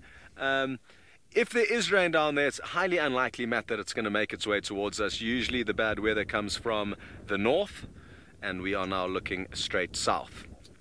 So yeah, usually the weather kind of comes from behind us or to the east. And it's been really dry. I'm surprised how dry it's been for the last few weeks. I remember my first few weeks in the Mara this time last year. There was definitely a lot more rain every now and then, and it seemed a little bit more lush, but maybe it's just my mind playing tricks on me. Very good. We are going to keep scouring for tracks for the sausage tree lioness, and while we do that, we're going to send you back down to Hosanna. Enjoy.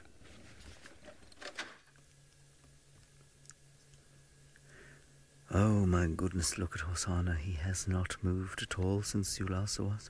We have... Oh, no, there's some whisker movement. I lie. Look at that. Here we go. Look at those whiskers moving. It's like watching a porcupine in full throttle. Unfortunately, the action has now calmed down, although we're now getting whisker and ear movement indicating the having of a dream. I wonder what he's dreaming. Could he be dreaming of catching a duiker or a scrub hare, or perhaps of happy times when he was able to greet his father with a slightly less than aggressive response?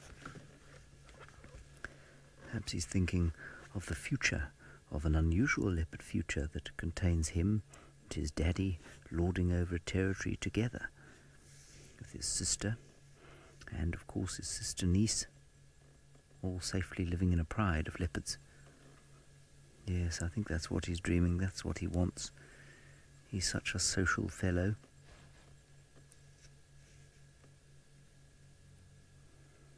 Anyway, he's still very much fast asleep, and why wouldn't he be?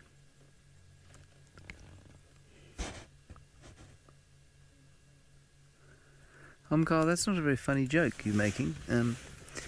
You say you wonder if I find sleepy cats or if I put them to sleep.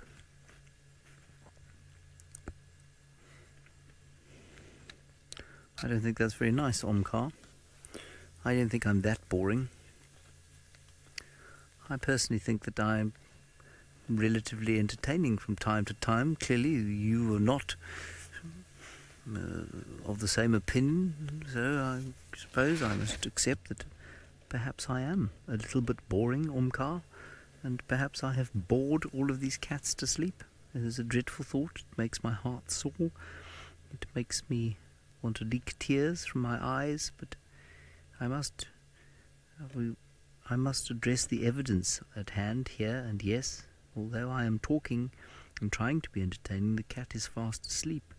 So whether or not there is a causal relationship between my speech and the cat's sleep, well, that is what needs to be investigated. There's certainly a correlation. I am sitting here speaking, the cat is asleep. Now, is that a causal relationship between my speaking and the cat's sleep, or was it simply a correlation that is brought about by an external causal factor, perhaps the heat of the day and the fact that we are on game drive during the heat of the day, Omkar? Did you think of that before you flung my name into the pavement on Twitter? No, I don't think you did consider that, Omkar. And now everybody's thinking to themselves, maybe that fellow actually is fairly boring. He's, well, if I had to listen to him drone on like this next to me, I'd probably also fall asleep. Anyway, Omkar, the possibility cannot be excluded entirely.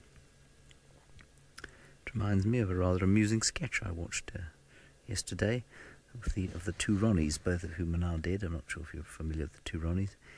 And it was one Ronnie talking to the other, and the other Ronnie was an accountant, and the accountant was extremely boring, and he spoke in a manner like this, and no matter what his boss said to him, he was unable to talk in a manner that was anything less than this, no matter the amazing nature of the subject, the disgusting nature of the subject, or anything else to do with what they were talking. He would speak in a monotone like this, like most accountants will.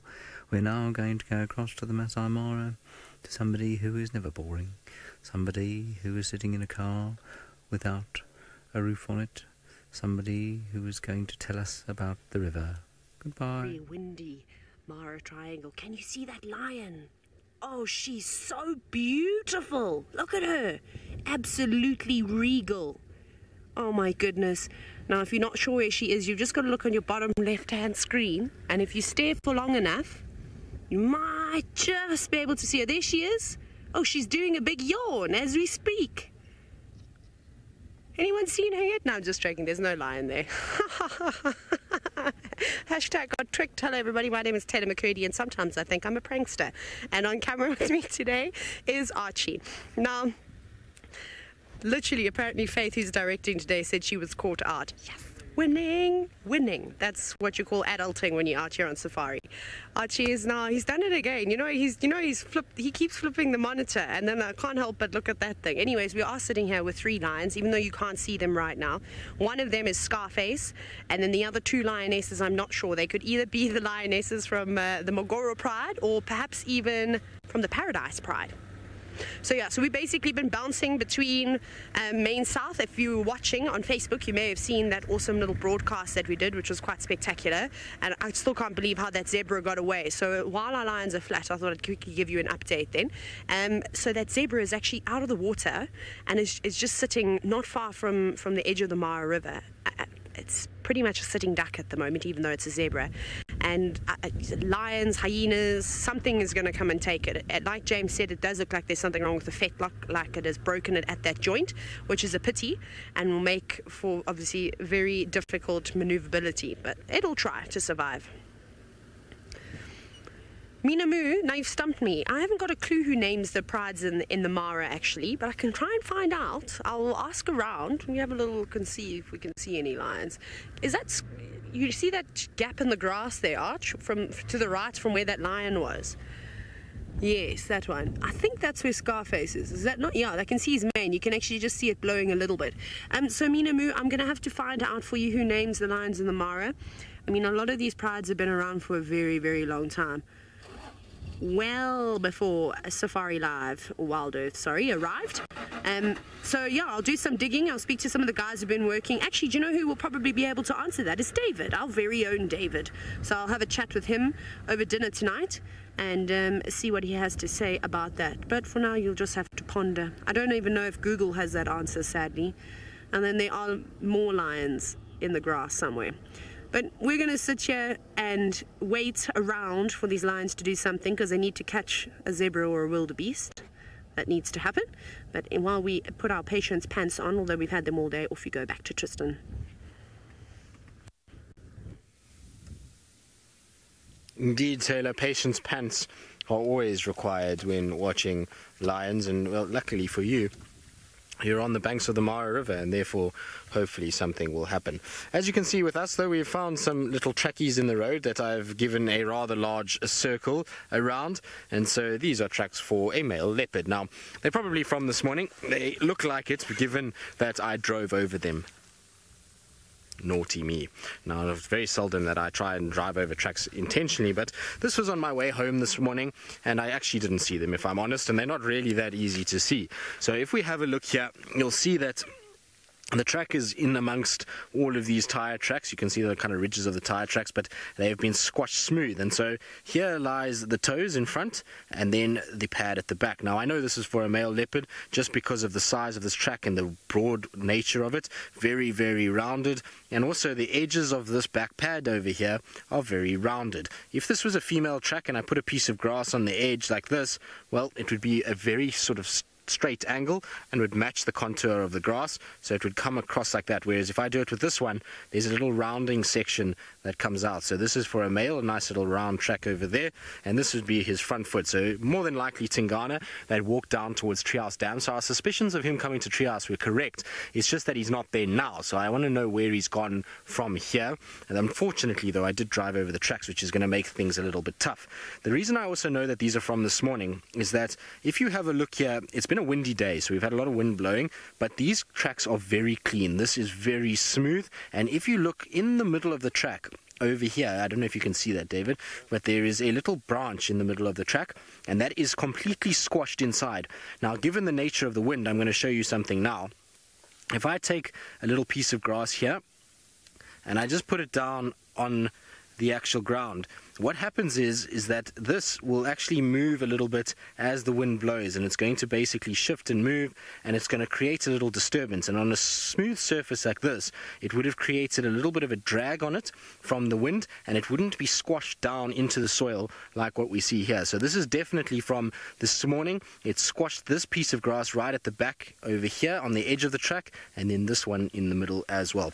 And then it stepped again there and went down the road towards the dam itself. And there are grey go-away birds that are busy squawking and squealing and making little bits of noise around the dam. So I wonder if he didn't find himself a shady spot and is just resting somewhere close by. So I'm going to have a really good look around. Also want to check the road that runs towards Elephant Carcass in case he maybe, just maybe, decided to sleep there.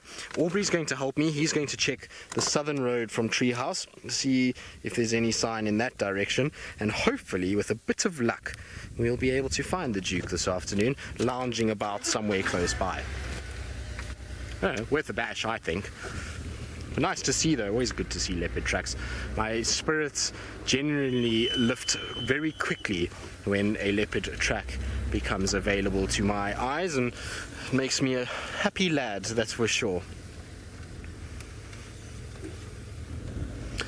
Right, now it sounds like Taylor has somehow miraculously cast a spell that has revealed her hidden lion, and so hopefully we'll be able to get a view of it, and it will kind of stand up out of the grass and give you all a nice show. Look at this. I don't even know what magic words to shout. Abracadabra is what I should have done, but I was too late. But there's the lioness. See? I promise you there were lions. Now, obviously, you know what I think? Specifically the Mara Triangle Reserve must be one of the windiest windiest places I've ever lived in my entire life. I'm from Port Elizabeth, which is the windiest city in South Africa. But my goodness, it doesn't stop blowing here. And that's obviously, I think, annoying the lions a little bit. But with that being said, they have a love-hate relationship, these cats with the wind, because it does indeed help them when it comes to hunting. And they are just laying here. They haven't actually moved at all. They've just been using that tall grass to sort of shade themselves. And then Scarface got up at one point and he moseyed on over to a tree and he laid there for a little bit throughout the entire day. So that's kind of what we were dealing with. We're not very far from cul-de-sac either. And there's some zebra that went around that way. Mia, now I'm squinting because the sun is in my eyes. No, they're not really any animals that hibernate. So pretty much in, well, I suppose East Africa and also in Southern Africa, the temperature doesn't quite get cold enough for animals to go into permanent hibernation. So they go into sort of temporary states of hibernation, which they sometimes call estivation. So things like, say, terrapins, so the water turtles, some of you may call them turtles, we call them terrapins here in Africa, and they'll actually just go into the mud. Some types of fish do it, some types of catfish, if I'm not mistaken, and can actually do things like that. Frogs will do it too. Tortoises will find little burrows to go into, and then of course the insects also become slightly dormant on the cooler days, but nothing really goes into a permanent state of hibernation out here. So when it's a warm day, you'll see lots of snake tracks on the road. Sometimes you might even see the odd snake out on the road at night trying to keep nice and warm. And then on the cooler days, you just won't really see anything. You won't see any tortoises walking around nibbling on flowers. Not that there are any flowers at this time of the year. That normally comes after some of the rain. But there the lions are lying, hidden. So we've been hoping the entire day that some of the zebras would cross, and some of them did, but not in a spot where we could really see them.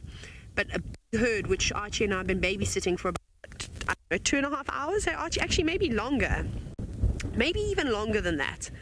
But they disappeared from us. They went, me shimmy myself.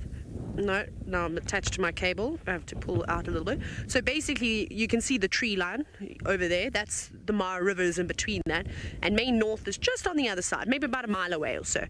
And now those zebra basically moved up and over the hill, and they've come all the way around. So either later tonight, which Jamie has actually seen some crossings at night, which was quite interesting.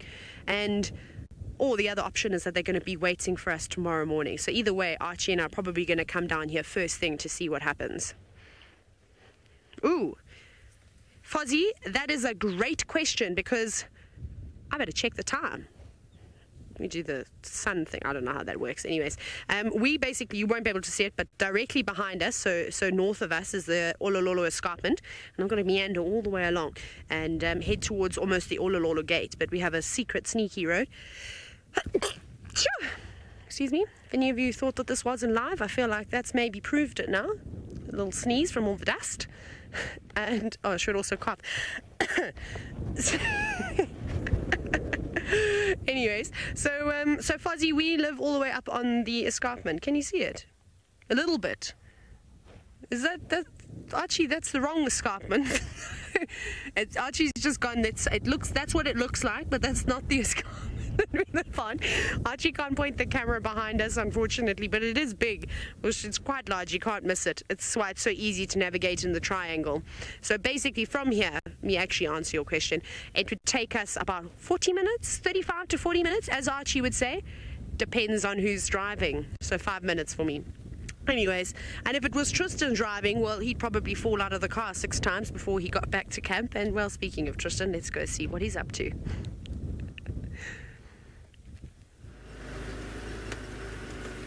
Well, unfortunately for us, Tingana's tracks are going southwards towards Gowrie Main and have probably in all likelihood crossed out and are no longer on our side, which is not ideal at all. So what I'm going to do now is I think I'm going to head towards Mendoza Road and see. Oh goodness, now I'm being told that Taylor's having a go at me about falling out of cars because I drive too fast. Taylor McCurdy.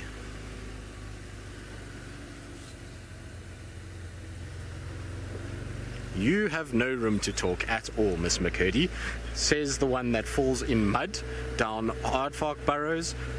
I'm surprised actually Taylor has not killed herself doing safari parkour as well. I always stress when I see Taylor bounding around like a little clip springer on those rocks because, well, we know what's happened with Taylor before. So Taylor has no room to talk. Yes, I fell out of a car.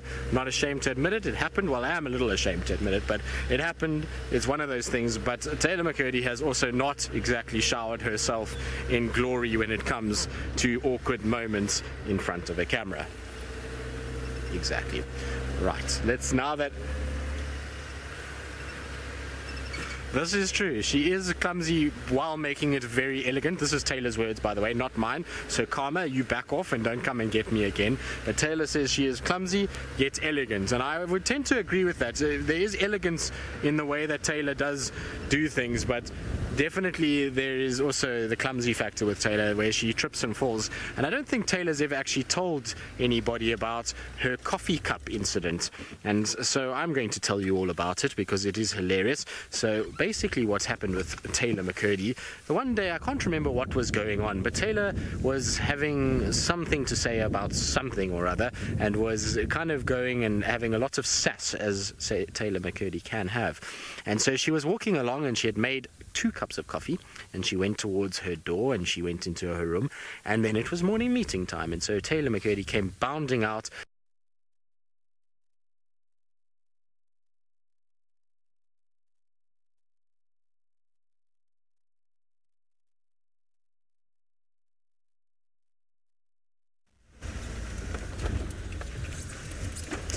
Hello everybody, I'm sorry about that. I'm not sure what happened to Tristan. I'm sure it wasn't anything that he did that was on purpose at all. We've had to leave Hosanna because lots of other people want to come and see him, and so we've moved out and we are... I hear... Oh no, never mind, sorry. I'm making a mistake on the radio. We're going to go down towards the Vuyatela Dam now, see if there's some elephants approaching there, and if there aren't, we'll head up towards Buffelshoek. I know that Tristan did go up there earlier, I think. And then we might head down to Chitwa, unless he's going to Chitwa. Is he going to Chitwa? Faith will find out if he's going to Chitwa. It's turning into a glorious afternoon. The wind is dropping slightly, or maybe it's not. It's probably because we were in that very shady, pleasant drainage system there with old Hosanna. I thoroughly enjoyed being there, I must say. Anyway, all things good and bad, I suppose, must come to an end.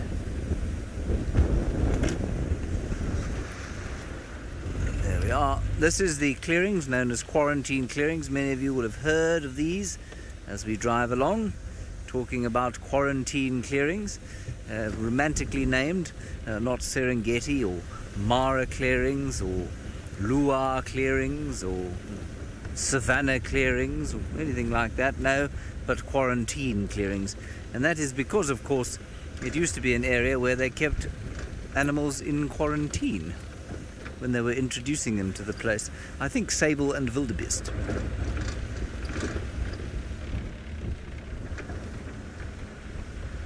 Kel 6, it depends which neighbouring properties there are. You must understand that the political machinations of the general area around us make the political machinations of a US presidential race look like child's play, like a picnic. And the landowners around this place, well, they are old families that are involved here, and well, there can be quite a lot of politics. Anyway, we thankfully are not landowners, so we don't have to get involved in any of the politics at all.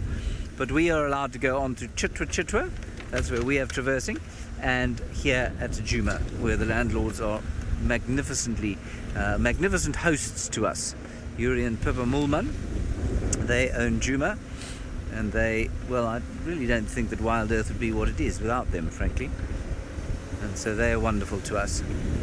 Now, we don't go on to any other reserves around the Sabi Sand because, well, I mean, there are traversing agreements and rights that go on, you know, there are whole sorts of complicated agreements that are going on between various landowners and tenants and non-tenants and that sort of thing.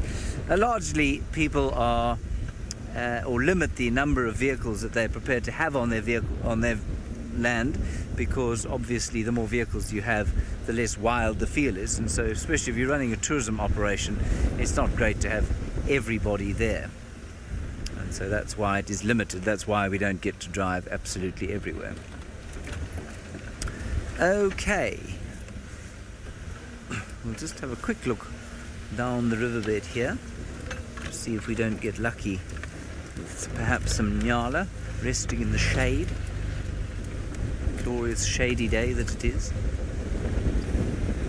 If you happen to be in a drainage line, it's not very shady otherwise. What can we see down there, Craig? I see a mongoose. No, it's a squirrel. Fantastic. No, don't worry, it's gone. Let's go back to Taylor, who is still at the river, possibly waiting for Scarface, the most famous lion in all the world, to get up and do something useful. I'm not sure if she is actually with Scarface. Scarface has put his head back down. He's a really difficult lion to try and get. Oh, no, wait, stop. Everybody hold your horses. Stay with me, everybody. I'm going to hold on. Don't go anywhere. We won't be able to stay long because I don't have a ranger. But you could just listen to the sound of my voice because we might have a crossing. Whee! This is so cool. Stay with me. I'm here. I'm trying to make you all feel comfortable. Hold my hand. No, I'm joking. Don't do that. You would be able to reach. Okay, but the zebra that I was telling you about are now... Yeah! Oh, I'm just going to pick the pace up very quickly.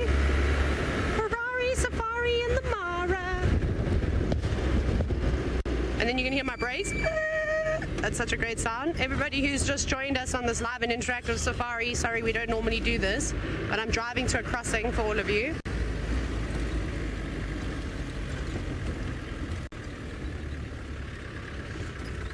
Paja, yes, all the cars do have names.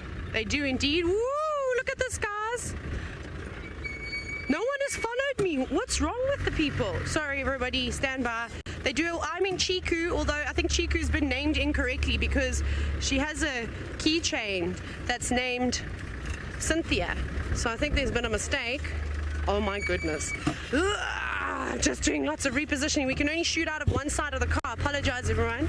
This might seem a little bit messy to some of you, but don't you fear. And I'm going to try and not drive off into the Mara River. How exciting. Now, as you all know, we are doing a TV show at the moment. Not right now. I'm just jumping up. But I might have to change the sound of my voice at some point. This is very exciting because we have got some things that we need to do. So I do pardon me. Okay, zebra gathering. Look, there's a crocodile. There's a crocodile. It's just come in. I'm just going to turn the radio down a little bit. Look at that wave. Now this is where the crocs are so good at being ambush predators. They can hold their breaths for exceptionally long periods of time. Oh, look how they've jumped.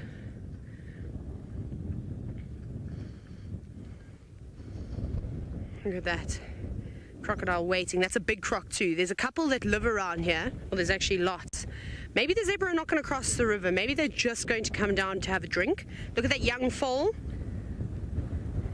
Very, very nerve-wracking. Staying close right up between the adults. This is so cool. Now this is the big group of zebra we've been watching all day long and we've been waiting for them. I keep wanting to sneeze and it's a disaster, but I'm trying to hold it. Zephyr, you're wishing the zebra good luck. Thank you. It's a tough challenge for them here. The water is exceptionally deep, very, very deep in fact. The zebra's hooves can't touch the bottom. But I don't know if they're going to cross. They might just need one zebra to rally them all in. See, they're very nervous, but they know they've seen that crocodile out of the water and that's what's making them hesitate. But it's quite a big group, quite a big gathering. Now you won't be able to see it, but I can just see dust coming towards us. All the zebra seem, well, I don't know if it's vehicles maybe racing in, but it is quite windy and the dust is being kicked up. Let's see. Look at them all streaming down here. This is my absolute favorite crossing at Cul-de-sac. There's always high action here, and it's because of the deep water, the big beach, the big bank that you can see. It allows for nice spots for the crocodiles to rest on, which you'll see shortly. Just behind them, look how many there are.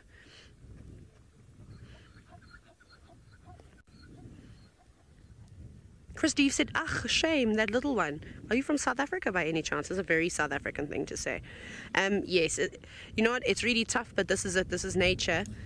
This might happen. This is one of their favorite crossing points. Look at that crocodile. Look at it going round.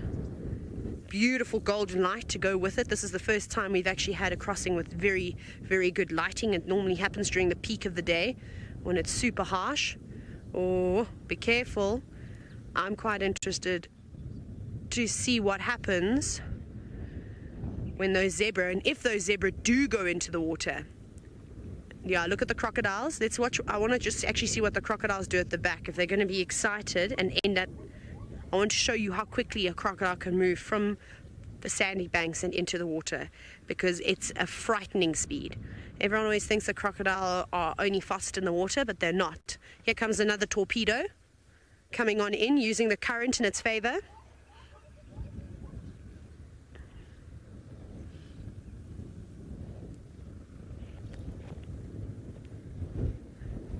Eri, that's exactly it. The crocodiles do move faster than you think they do.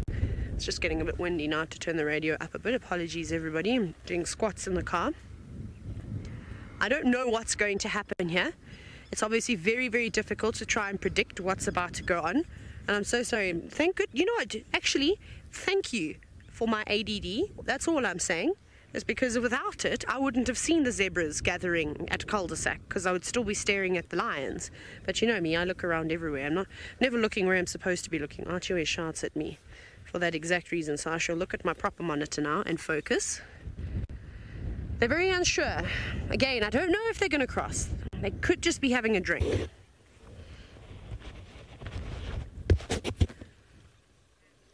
MK, no, you're quite right. They're massive crocodiles. Like, there's some really, really big ones in here. And that's one of the reasons why it's my favorite, because obviously the crocodiles prefer certain types of areas in terms of resting. You're not going to see a lot of crocodiles on a bank that's filled with rocks. You will typically see them on the beach. You know, I always joke and call this the beach, because there's always lots of birds around, there's always lots of animals, and then the crocodiles like to lay out on it. A perfect tanning spot.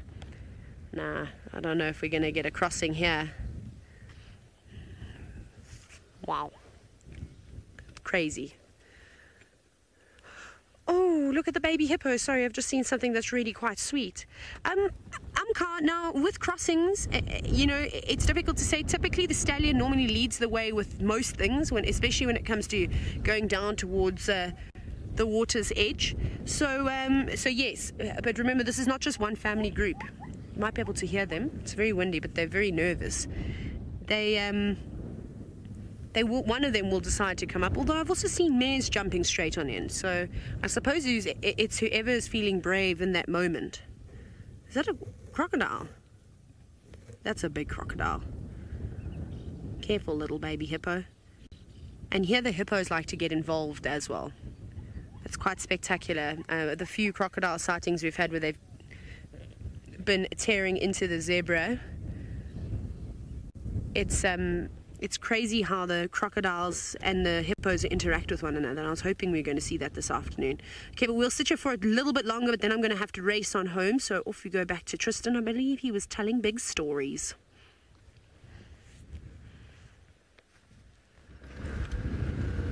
Indeed, Taylor, we were in the midst of a story when fate struck us and everything went off, so who knows what sign that is. But anyway, so what I had forgotten to mention, I don't know how far I had gotten. Where was I, Faith? You'll know because you were watching what was going on. I rambled on afterwards, so who knows how far I was.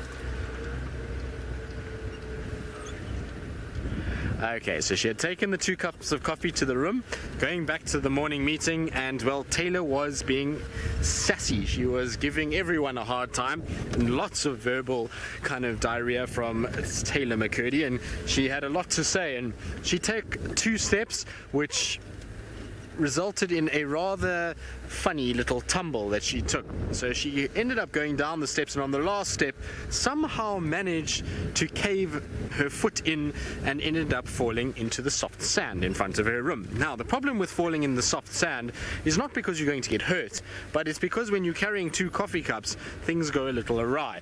And so what happened was Taylor was busy giving somebody trouble, and as she landed, Karma instantly scorned her, and she landed with both her elbows hitting the sand like this. Now, as she hit the sand, the reflex was to bounce back up, and she smashed 2 cups of coffee, the liquid at least, not the cups themselves, into her face, and she had coffee all over her eyes and her face, into which she started to go into a fit of hysteria of both laughing and feeling sorry for herself, and there was just coffee all over her face, and she was crying with laughter by the end of it and couldn't actually even speak. It was absolutely hilarious to watch because, like I say, it was instant karma. Luckily the coffee wasn't too hot and didn't actually seriously burn her, because that was our first worry, so we all ran there, and then she was laughing, and which reduced her into tears, and that was then the trigger for everybody else to laugh. It was very, very funny to watch her kind of fall and to watch her have instant karma, and much like it was for me to fall out of a car. Quite funny as well, but it was a Taylor McCurdy special. In fact, those of you that has seen her fall in the mud from Kenya, that you can envision, but with 2 cups of coffee going to the eyeballs as she did it. So that was pretty much Taylor's fall, and so she is a little clumsy, but at least she had the elegant grace to get up and laugh about it. Anyway, now while I carry on, I believe I must send you to somebody. I have no idea who. I was too busy thinking in my mind and had that visual of Taylor falling, and so I'm pretty sure, I think it's James with Hosanna, but well, you'll soon find out.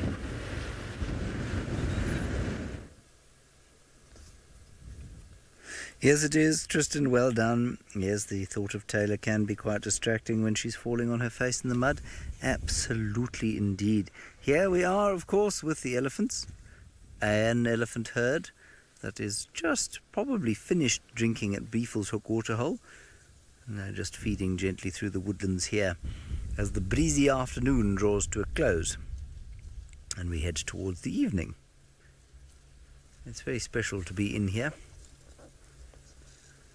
in amongst these herds. Very pleasant light, very nice sounds.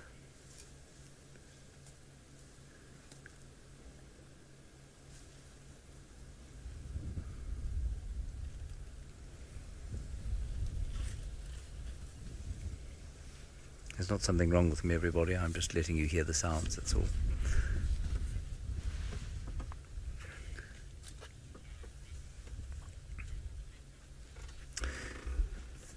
Sherlock, it really depends on where you are in each location.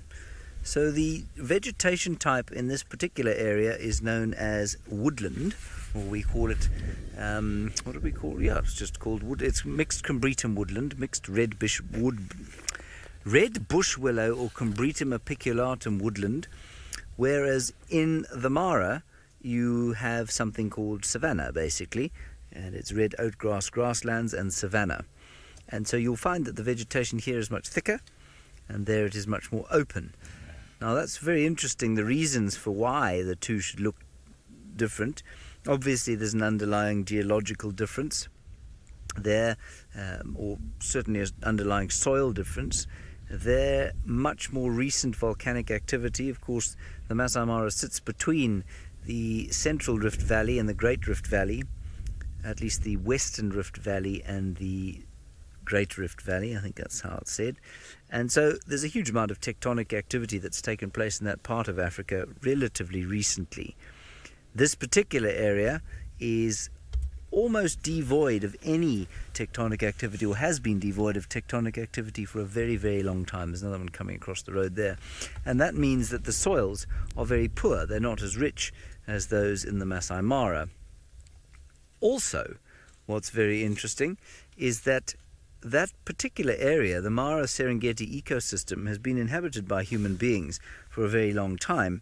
And without delving too deeply into the details, the fact that it is so open has a lot to do with human presence, and humans chopping wood for homes, chopping wood for smelting iron. That makes a big difference to the amount of wood there is in an area where people live, and also it has to do with elephants and the amount of elephants that there have been in that area. So it's a very fascinating human ecosystem, really, because humanity in the Masai Mara have played a massive role in its current state, which of course they have in this particular area as well, but not nearly to the same extent, I don't think, that they have in the Masai Mara. Most of the human effect here has been an attempt at conservation. In many instances it's probably had a more deleterious effect on biodiversity than the presence of local people in the Mara Serengeti ecosystem over the last few hundred years. I find the sort of nexus, I suppose, between humanity and wilderness a very fascinating one, and that particularly is very interesting to me.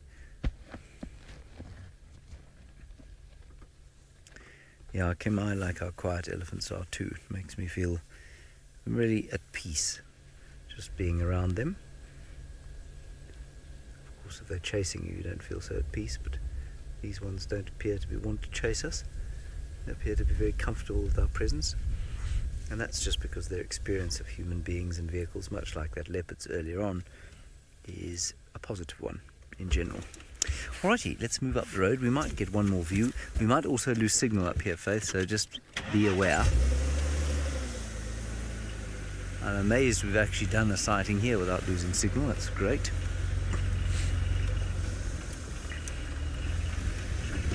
Let's just see if we can get another view. Small herd, seems to be only 5 or 6 of them.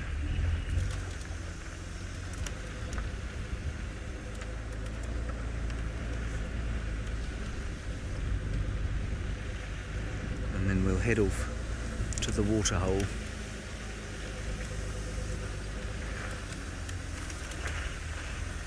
Alrighty, we're going to sit with the elephants a little bit longer. Let's go off to Tristan, who's driving and looking, apparently.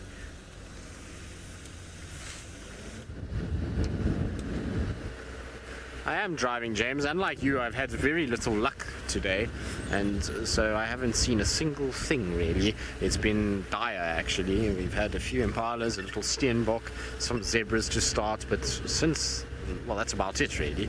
So it's not been the best of afternoons for David and myself, but that can all change in a heartbeat. And so we're right up now where the wild dogs should theoretically come out, apparently.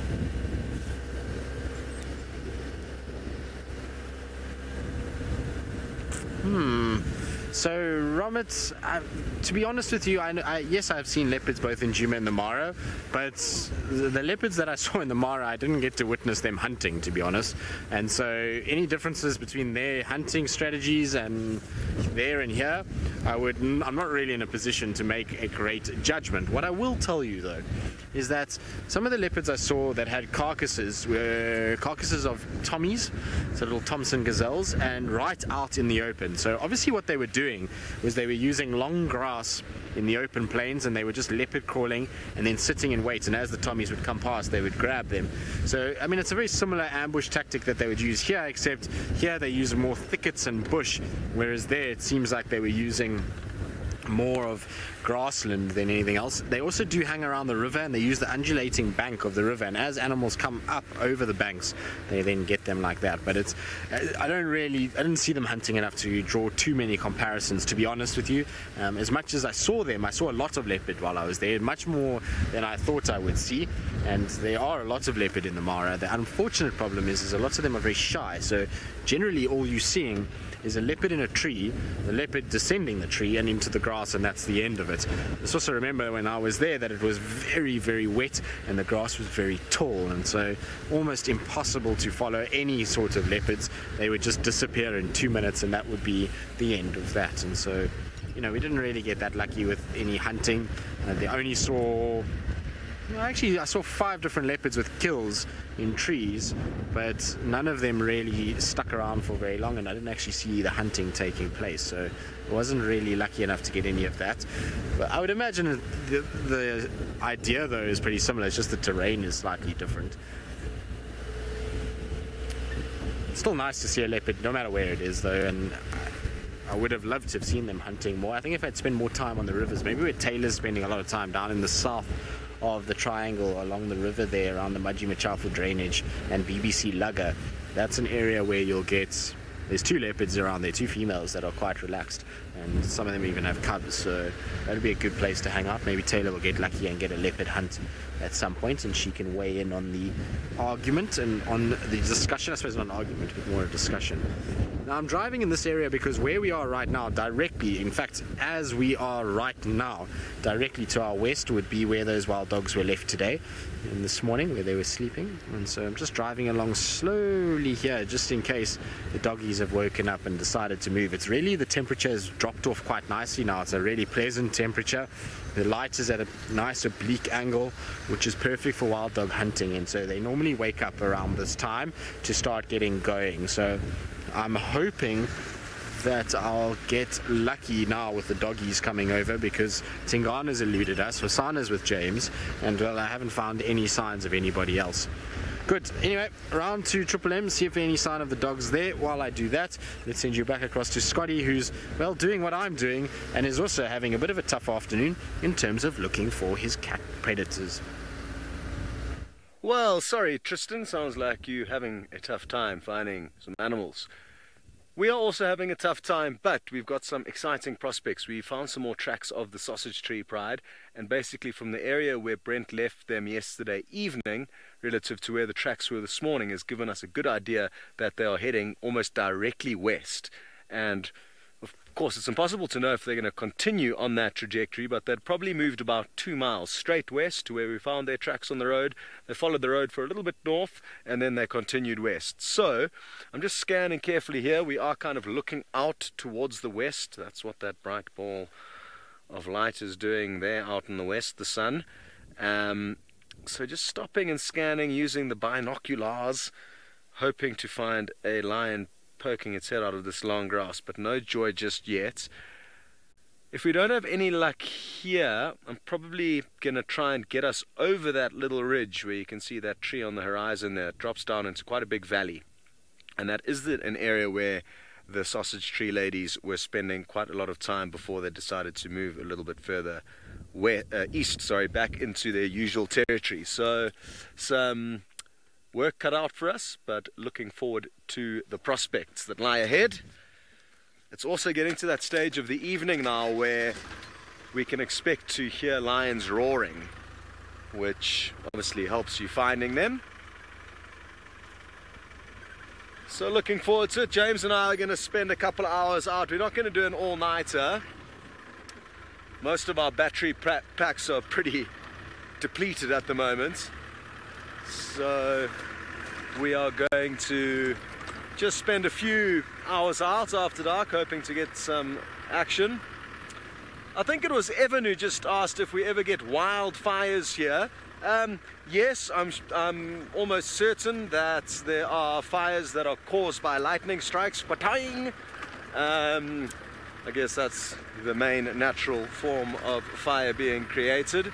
But here in the Mara Triangle, they do kind of controlled, regulated burns of certain areas. How exactly they do it, I'm not too sure, but I think they've got probably maybe a 4 or a 5 year cycle where they burn about 20% of the reserve each year, and then in 4 years' time that area will get burnt again.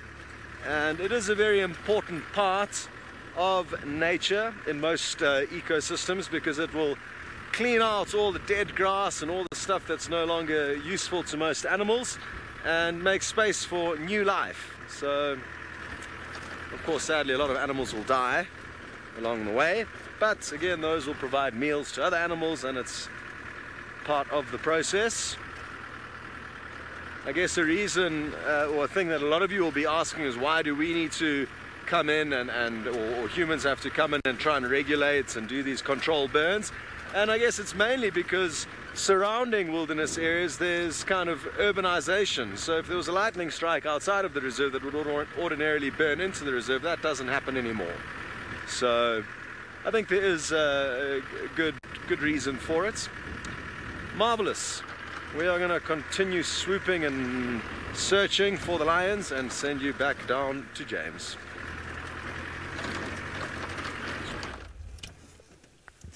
We've just got to Beefle's Hook Waterhole, and there is a Nyala who's just been drinking. Sorry for the shake of the car, that's my fault. I let go of the brake, silly me. Beautiful Nyala bull here. Got a little bit of a fright when we arrived. We did pass another herd of elephants that had very clearly been drinking here, but it's not here anymore. Please excuse the aerials. I didn't really want to move and frighten the Nyala. We had quite an interesting experience with one of the elephant cows. Very unlike I've seen for a long time. She came and she really gave us a kind of get out of the way, which was very strange. But we did. We just got out of the way. Chico, what was that about new about rain and where animals hide? I'm sorry, I missed it.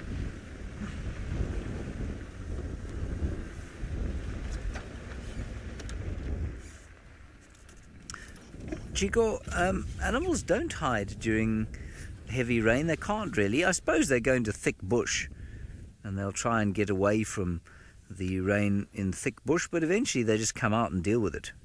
It's quite interesting to watch. We're just looking for a bird there. There we go. We've got a birchall starling.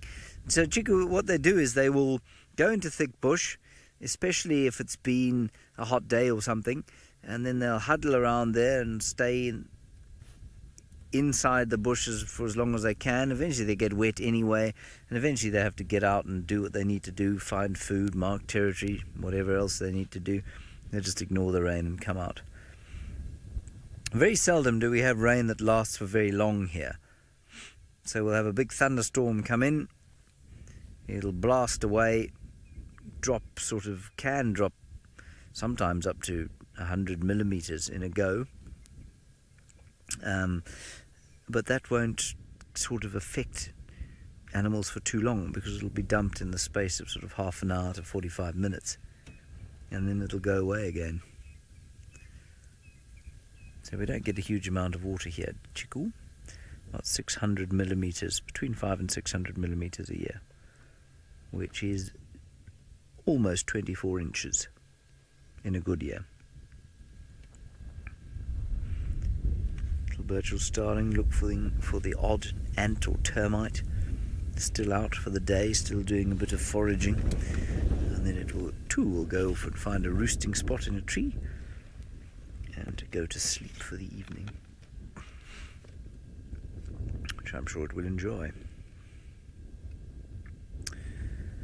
Alrighty, our plan from here is probably to go on to the eastern boundary and drive down there and see if we can't perhaps find some sign of Thandi and Tlalamba. Thandi and Tlalamba, of course, two leopards. One, the mother, 12 years old, our queen, and the other, the latest princess. She's 10 months old now, I think. Is she? November, December, January, February, March, April, May, June, July, August. Yes, she's 10 months this month. Gosh, time flies. They do grow up very quickly.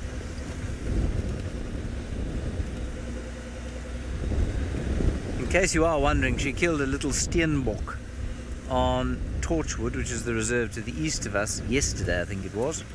She would have devoured it and finished it in seconds, and I don't think she's come back yet. And interestingly, she did not have it stolen by Tingana, who's been doing quite a lot of pilfering of late. Keep an eye out for some tracks as we go.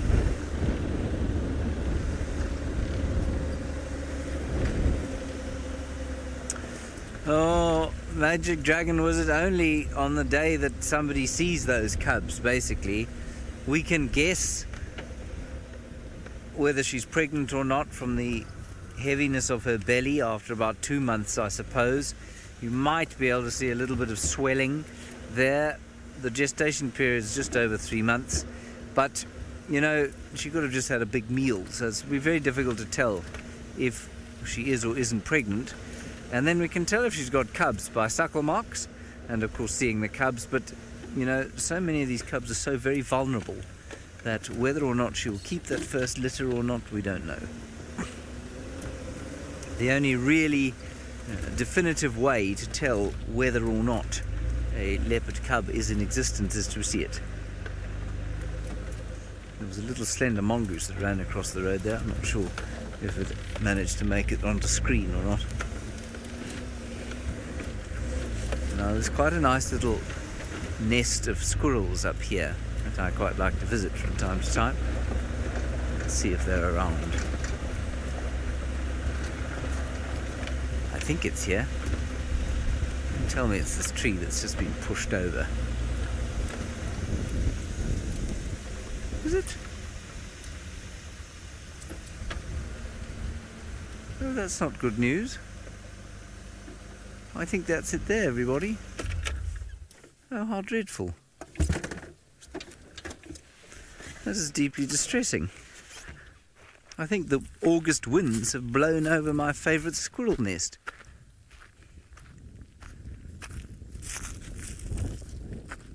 Yes, I think this is it.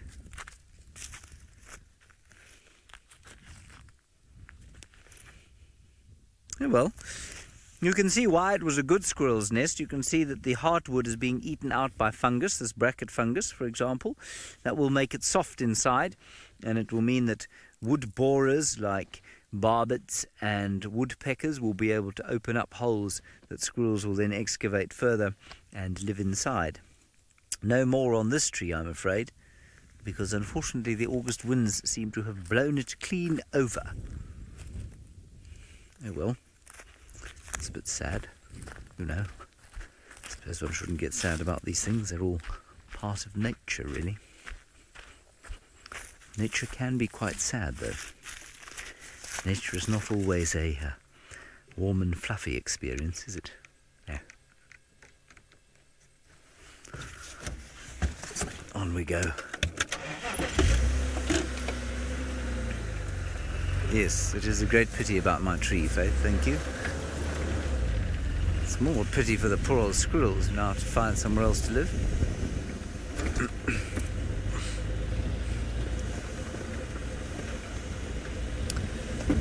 Not much, Cenac. I suppose what feeds on dead trees? So termites, obviously, as you said. Wood borer beetles, so longhorn beetle larvae will eat dead wood, I think. Fungus, not an animal, of course. So fungus can eat it. Fungus, of course, one of the few organisms that is able, or one of the few kinds of organisms that are able to digest wood. But that's probably about it, you know. Just the wood borers, the termites, and the fungus. Did you know, and this will be quite interesting to you, the next time you go outside and you see a mushroom growing out of the ground next to, or perhaps in amongst some grass, think to yourself,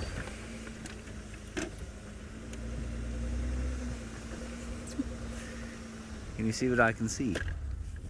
There is the world's stupidest animal. Right there, everybody. That is the animal with the lowest IQ in all the world. There is no animal more dumb than that bunny sitting on the road there. How you have got to that age is utterly beyond me.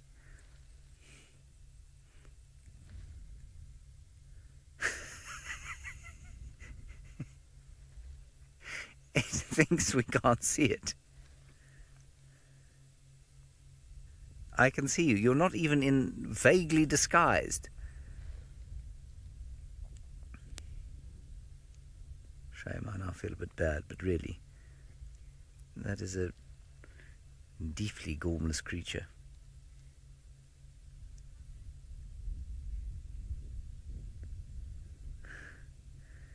Oh, gosh. I mean, that's ridiculous. Well, Mayor Bear, I'm very glad you like watching this. We like producing it for you, so thank you very much for enjoying the show that we're delivering. That is a scrub hare, for those of you who don't know. Other than being the stupidest animal in the world, it is a scrub hare. While we look at the stupidest animal in the world, I wanted to tell you, of course, that the next time you go outside, you find a mushroom growing out of a tuft of grass. Bear in mind that you are more closely related to that mushroom than you are to the grass next to it. Is that not interesting? The kingdom Animalia is more closely related to the kingdom of the fungus than it is to the kingdom of the plants. So, spare a thought for the fungus the next time you eat it.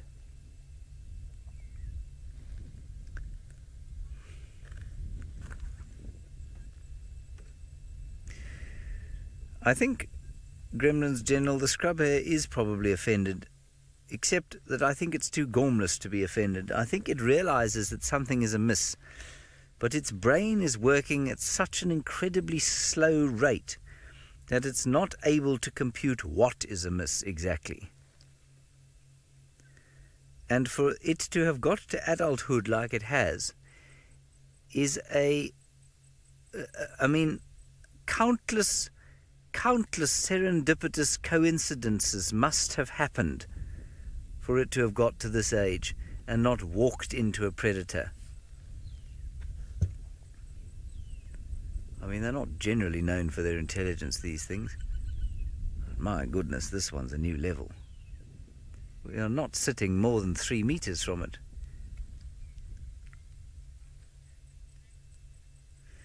No, Tassel, that's a piece of wood. It's not a dead scrub hare, or it wouldn't be beyond this fellow to think that he was sitting next to a dead scrub hare, or indeed a living one. He's probably talking to it now.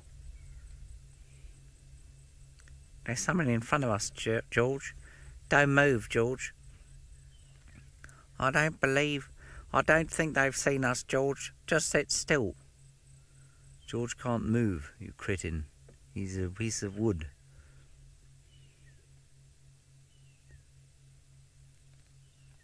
What shall we call him? Bertie. I think that's a good one. Bertie the bunny.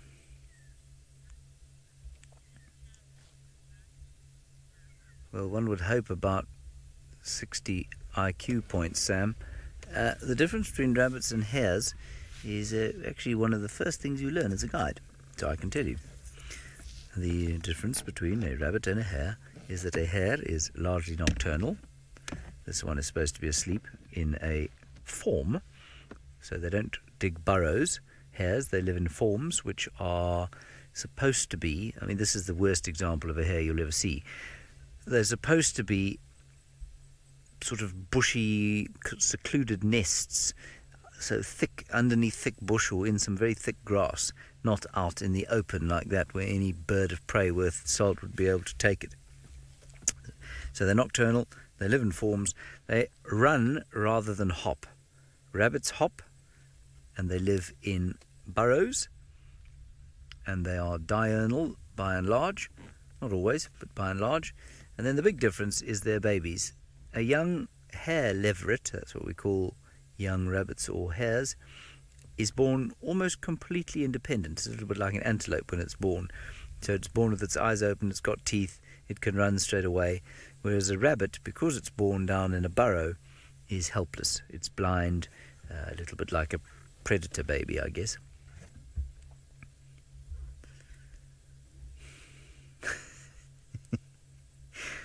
I get the feeling he thinks he's being insulted but isn't quite sure.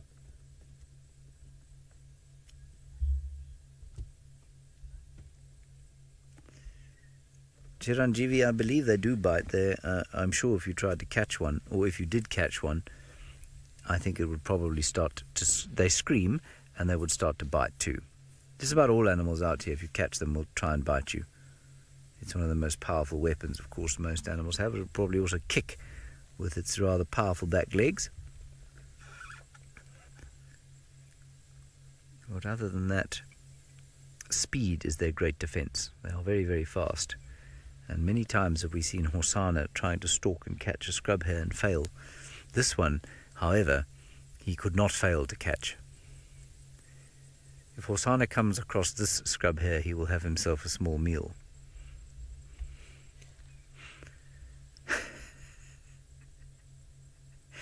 I mean, I nearly ran over him.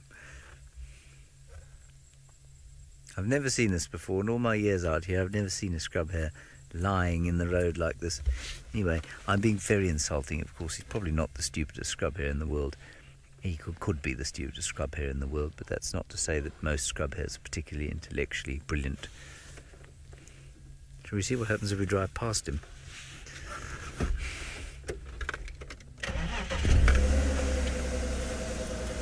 Right. Let's see how close we can get, and then we'll go across to Tristan.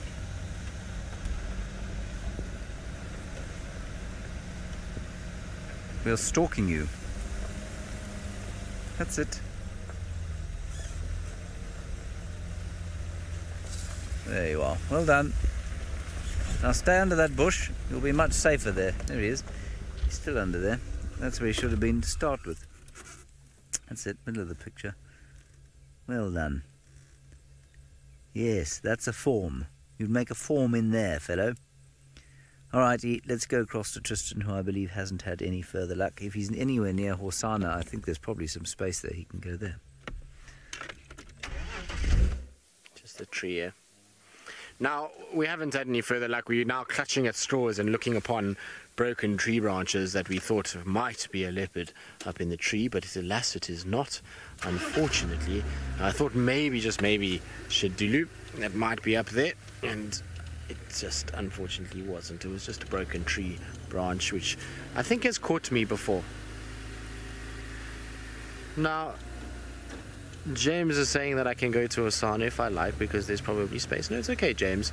I'm going to carry on because patience is rewarded, and I'm hoping that if I just keep going, I'll find something somewhere close by where I can, you know, maybe get something different for this afternoon. So we're going to try. I don't want to snub Horsana, but it's just that I feel like if we just play out our patience, good things will come to us, and it's the right time of day to be driving around. And given that nobody has found any tracks for Shedulu leaving this block, I wonder if she doesn't have a kill somewhere here. So I'm just trying to scan all the big marulas in the hope that we'll see some little legs dangling from one of these marulas, and that we can be able to either spot her or a carcass. That's what I'm hoping. I don't see any signs. I know there's a lot of cars that have driven around here, so they could have squashed the tracks, but there's nothing really going towards Triple M. I checked the other side, and I mean, she could have easily crossed on a hard section and I missed it, but I didn't really pick up anything. Normally with her, she likes to get onto a road and just kind of walk along. The only time she'll cross a road very quickly is if there might have been a prey animal that she was hunting.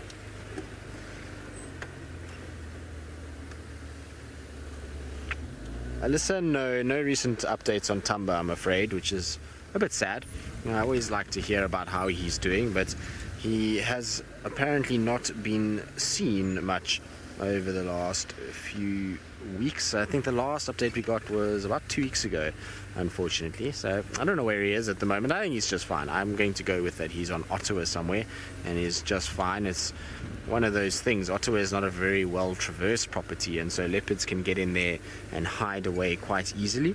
So I think that's where he's spending a lot of his time and is taking it easy in that area. I hope we get an update on him soon. I think the last photo I saw though was somewhere on Londolozi, I think. I'm not 100% sure. I know he was seen on EP as well, on Elephant Plains at an area called Cryness, which is just off their airstrip. So he could be around that section. It's obviously difficult to know exactly where he is unless people start taking photos of him. Now, okay, those are tracks from the Nkuhuma Pride the other day when we found them, which is not what we're looking for right now. Nkuhuma Pride, incidentally enough, are still up in Manyeleti on that buffalo kill. They came and drank at Jordan's Dam this morning, which is in Buffelshoek, and then went back into the Manyeleti, so they're still on that side of the world. And I'm sure we'll probably head southwards this evening. Now, whether they come into our area and stay here or if they cross into the west, I'm not quite sure. It's going to be interesting to see which way they go.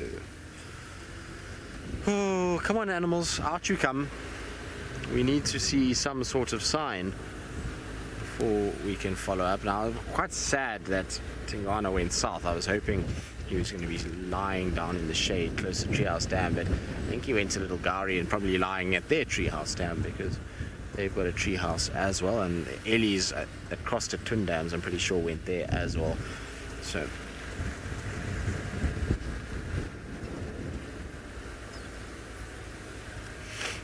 So, David's not too much sign of Hukamuri pushing, Tingana pushing west.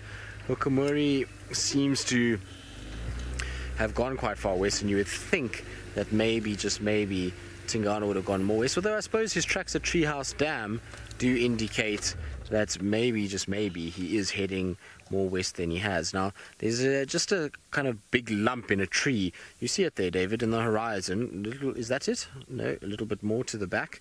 And there we go, a little bit to the right there. What is that in the tree? Nope, that's just a branch. So those are the kind of things we're looking for, is maybe a lump like that. Sometimes you can spot those and then you can see little legs dangling or something that gives you it away. So that's what we're kind of looking for as we're driving along, in the hope that Shadulu might have a kill somewhere here. I mean, yesterday James is adamant that there were no tracks coming out of this block, and so she must be still here somewhere. Maybe, I don't know. But Tingana pushing west. I suppose Treehouse is the furthest west we've seen him go. I haven't seen him go to Treehouse in quite some time, so it's a good sign that he's heading there. The ultimate sign will be if he goes on to Triple M like he used to, and even into Arathusa. We used to see Tingana crossing into Arathusa quite regularly. But I'm quite happy that he's not, to be honest, because it means that we're seeing him a lot more on this side, and it means that he's not risking too much by going too far west too quickly and having to then engage with Hukamuri. As you know, it's nice when there's a little kind of stable balance where he's kind of spending most of his time on the side and Hukamuri most of his time on that side, and then they're actually not really going to engage in too much. So it's actually not bad that we're not seeing him push too far. It's getting to that awkward time now though, where spotting is becoming quite hard actually. Chad, yes, Quarantine is still alive. He was seen about 2 days ago, I think, or a day ago. He's been seen on Coral quite a bit, Cheetah Plains, Torchwood. They've heard him calling there and they've seen him there. So he's around. He's also doing his thing and has fathered a cub with, well, as far as we know, with Nkanyeni. We don't know for sure, obviously, when it comes to dads fathering cubs, but it seems as though he has fathered that cub with Nkanyeni, who's doing quite well. Apparently he's about 6-7 months old. I mean, I don't know for sure. I wasn't in that area for long enough to know if... Well, I also don't... I've only seen that cub once, so I would no idea actually when that little cub was born. But apparently 6-7 months old is what they're telling me. I feel like it, when I saw the cub, that it looked a little bit bigger than that, but I might be wrong. You never know. Sometimes these things happen, but with Nkanyeni, generally her cubs are quite small, so I'd be quite surprised if it was her cub. Alright, well, no sign of any Shadulu or kill up in a tree that I can see. It's not to say that there isn't a carcass somewhere here. I'm going to try, though, what I'm going to do, though, is I'm going to go down to Philemon's, and then I'm going to cut along Philemon's and then up north on Zoe's again, just in case I miss something. And from there, then I'm very unsure as to where I'm going to go. I'm going to hope that by the time I get to Birdtail Access, there'll be 2 wild dogs running down the road. That's what I'm going to hope for, because I don't really know where else to go. We've covered pretty much most of Djuma this afternoon, from Buffelshoek Dam to Twin Dams to all the way up on the Gowrie Gate area. It's pretty much the length and breadth of Vuyatela at this stage.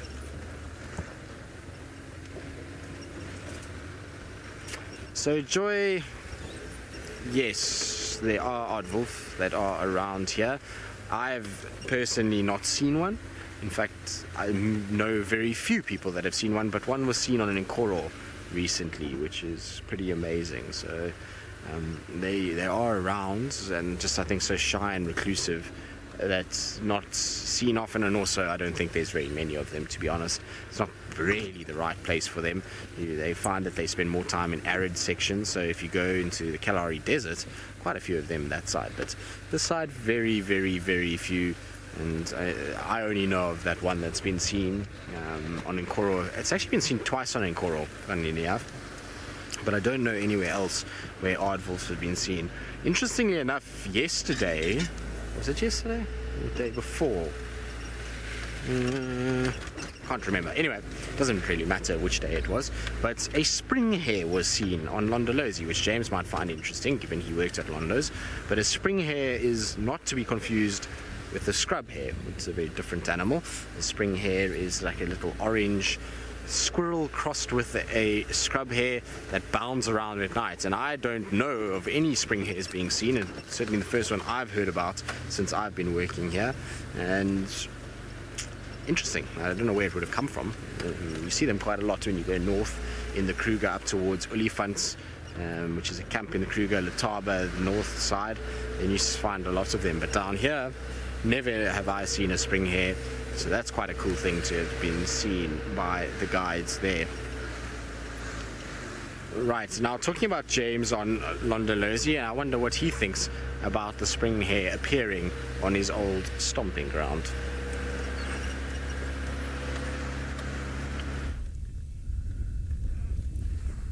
Well, I think that it's very interesting indeed that there was a spring hare seen at Londolozi. I've never seen one that far south. That, of course, is not a spring hare that you're looking at. That is a buffalo. And it's a buffalo. I'm going to describe it to you because you haven't seen one for so very long that you may well have thought that it was a spring hare. But that is a buffalo. And it is a breeding herd of buffalo, no less, sitting on Torchwood. We're not on Torchwood.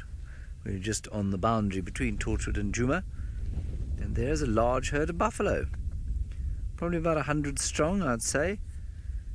I don't doubt that tonight, with a very little moon and a bit of a breeze, that lions could well be on their tail.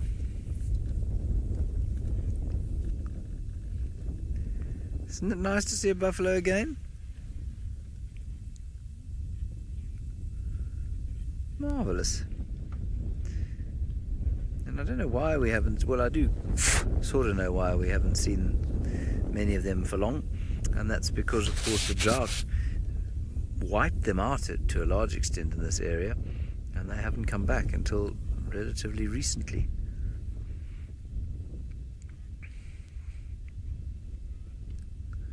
Chewing away at their dry grass. No, my safari and we're in exactly the right area for that honey badger that we saw a little while back. I haven't seen him again, or her again. In case you're wondering, everybody, we had 2 wonderful honey badger sightings, but the best one was we drove, Seb and I sat with him for about half an hour, and he paid us almost no heed at all, just carried on fossicking about, looking grumpy, and every so often looking at us and snarling and then carrying on.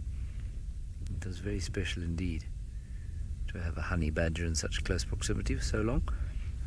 Everybody, I'm a little disappointed by the reaction to my buffalo herd. I feel like you all should be leaping up and down and whooping with joy that the buffalo have come back. Now, you may not like buffalo very much, but I promise you now, if these buffalo spend any time on Djuma, I can assure you that there is going to be a lot more lion activity. So even if buffalo are not your cup of tea, if lions are, this should result in your feeling a great sense of anticipation and joy. Well, Megan, there we have it. Cape buffalo, you say, are great animals. Well, yes, I think they're pretty impressive. And bull's pretty impressive.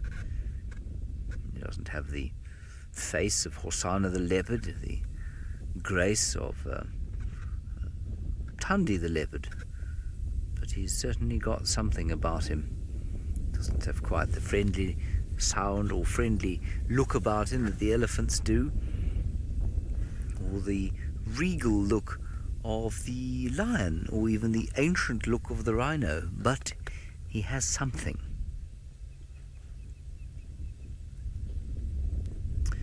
Aston, I have very, very seldom had any kind of aggressive reaction from a buffalo in a vehicle. Almost universally they've turned and run away from me if I've got too close to them.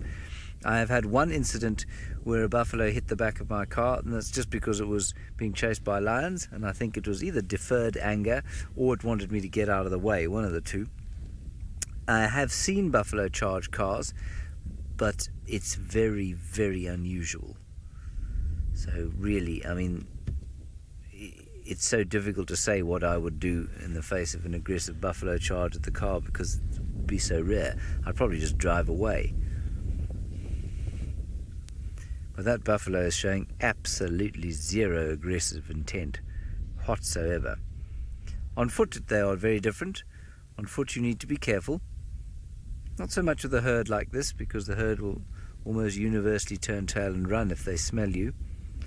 But a bull on his own, or a couple of bulls together, can get their blood up quite quickly and they can become quite nasty. But a lot of the time they'll do nothing, they'll just watch you walk by. But we had an incident the other day, or much more than the other day, about 2 years ago, where Steph and I were walking with, I think, who was on camera? I think it was Brian. Brian was still with us.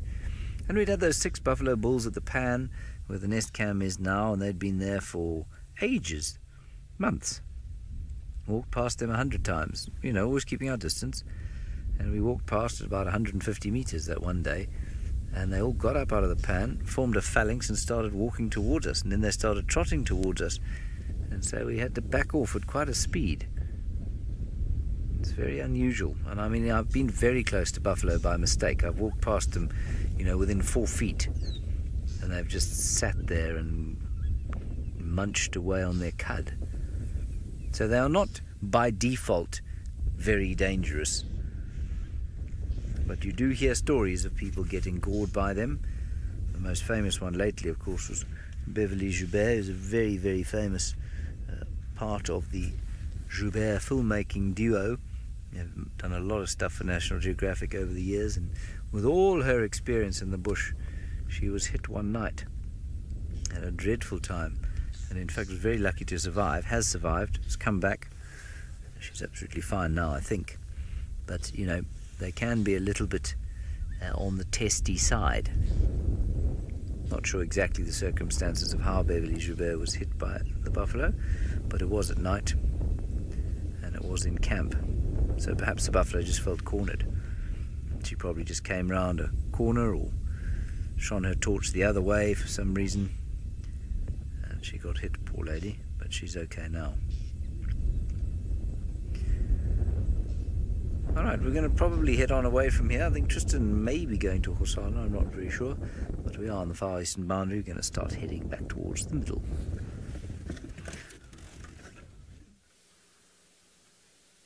No, James, we are gazing upon a beautiful sunset at the moment at our favourite vulture nest. Our only vulture nest at this stage. So we only know of the one there. It is there in the trees itself, and it's sitting atop its nest. It's quite difficult to see it. Just now it was sitting nice and upright, so it's giving us a beautiful silhouette, but now it's kind of tucked down for the evening as I suppose the cold starts to come in. So you can just see the top of its back there, its wings and its head as it sits on top. Now, I wonder, David, can we see it with the thermal or not?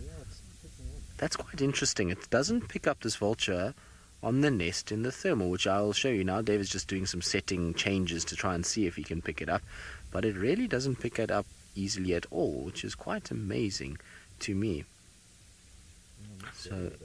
So David is trying to actually get it right, but it's okay, David, you can show it like that, because that's quite interesting that you actually can't see any sign of it. So Faith, if we can go to the flare so that we can have a little look at it.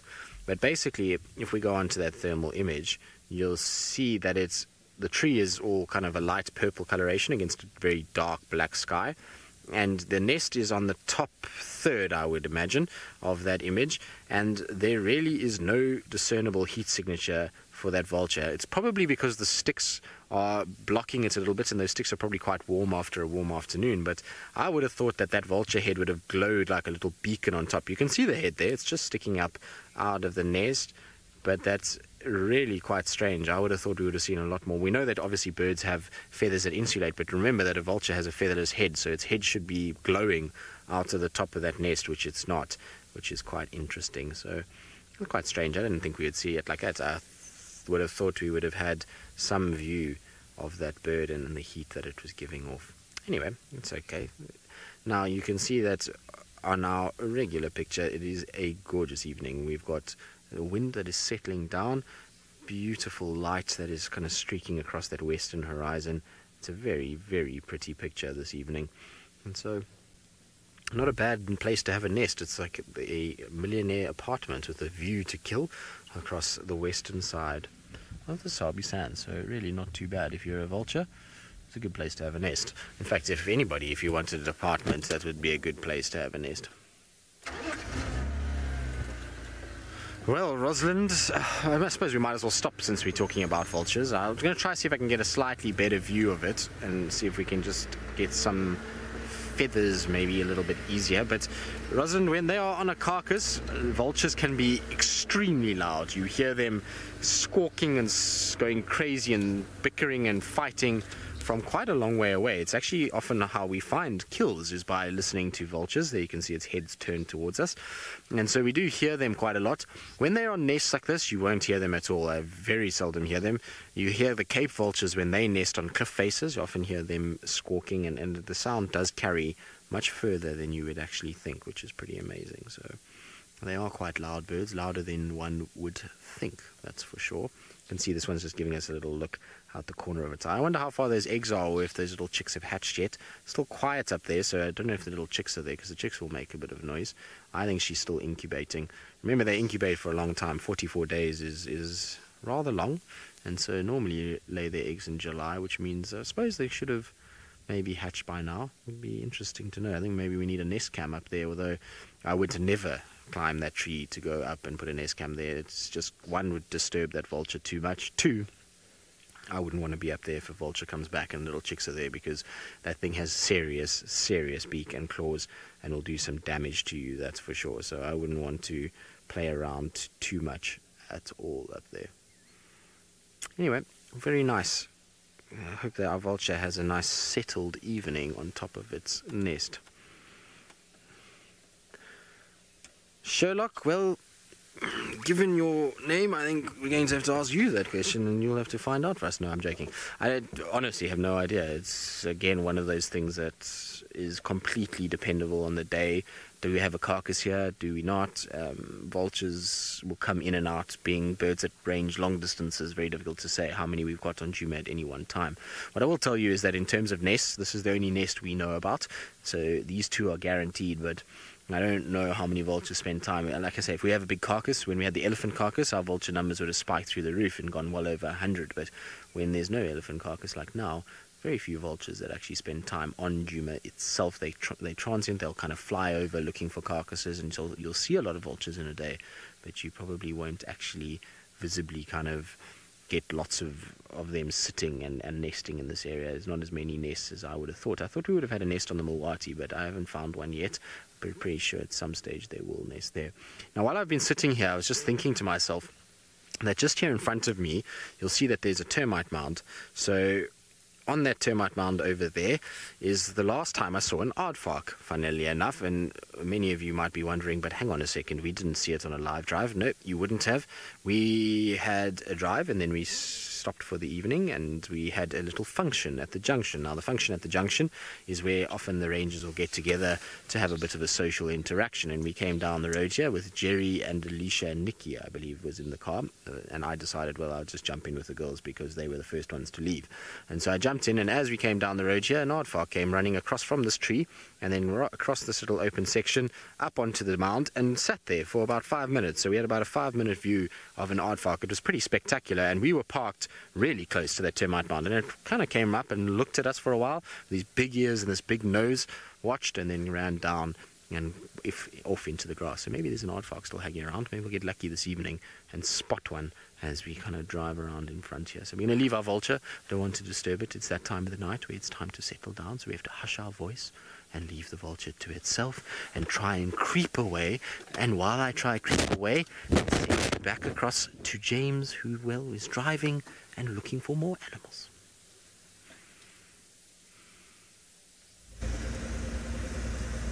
I am driving for looking more animals. It is now time to take out my spotlight, which I don't seem to be able to find, actually.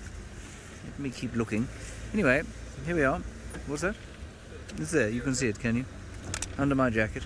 Sorry, everybody. Very disorganized of me. Should have had it out already. Craig has spotted it for me. Well done, Craig. Don't need those gloves anymore. Ah, here we go.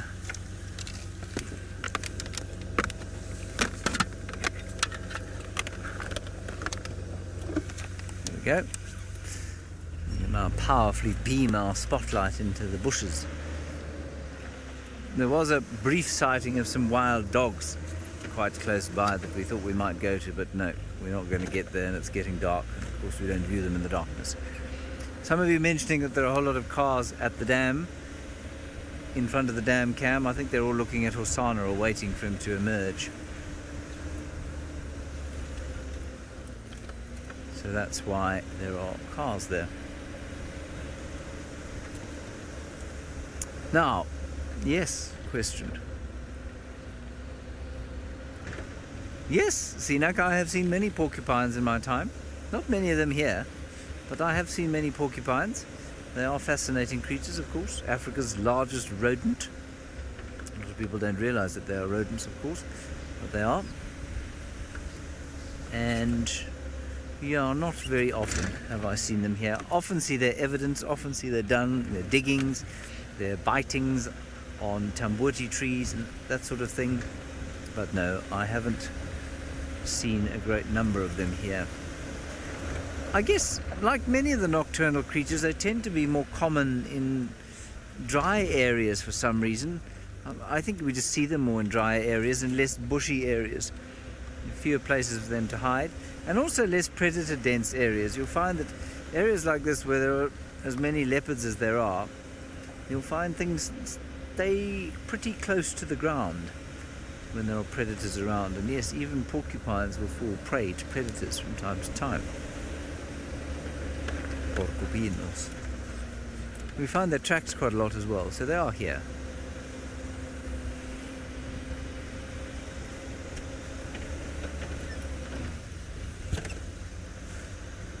No, they don't alarm call through the night. Goodness gracious, look at that ahead of us. It's a giraffe. Patrick, they will not alarm call through the night, no, unless they are woken and attacked at night. But they sleep. Birds sleep much like we need to sleep, and probably even more soundly than something like a leopard sleeps. And so no, you won't find them alarm calling at night. Just going to try and ease past this giraffe bull. We'll turn on our lights. Hello. How are you? Good to see you. It's been a long time. You've got a squonk horn. I'm sorry about that. You can see he's not very symmetrical on the head there. Poor fellow. Like having one ear bigger than the other. First thing people will notice about you.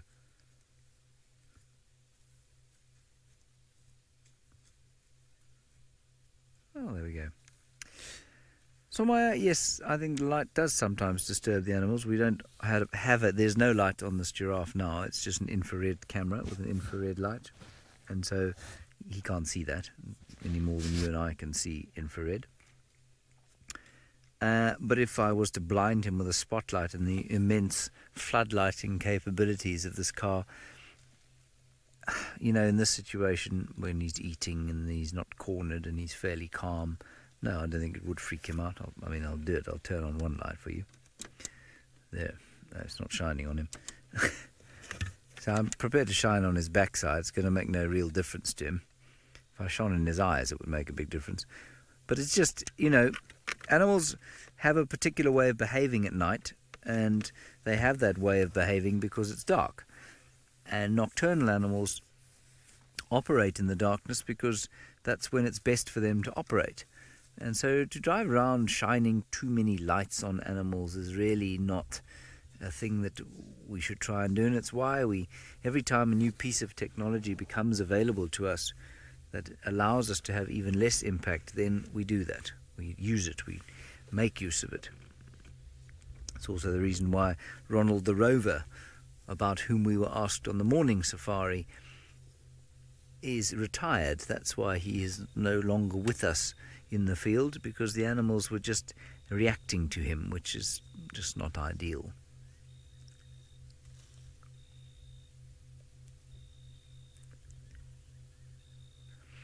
Yes, Yvette, alone or in small groups, quite often alone though. He's going after those tambuti buds, the same as the grey go-away birds. That's very interesting. He can't reach any because they've all been eaten off that tree. That's fascinating. Yvette, like most male mammals, giraffes like a bit of me time. It's very common in male mammals. And they do spend a little bit of time with their friends from time to time, but often they're on their own. And he is one of those animals. He could be in visual contact with one or two others. Perhaps there is a little herd of females around, but often they are just on their own. So we're heading towards the last bit of the show, so I'm going to bid you farewell with my face now. And now we're going to go back to the animal for the last minute or so. That was me smiling at you, everybody, just so that you know we're live. Thank you very much, Faith. Faith said I had a nice smile there. It's very nice. Thank you, Faith. And this giraffe is now going to head off into this riverbed, I think, to find some more delicious tambuti buds to eat.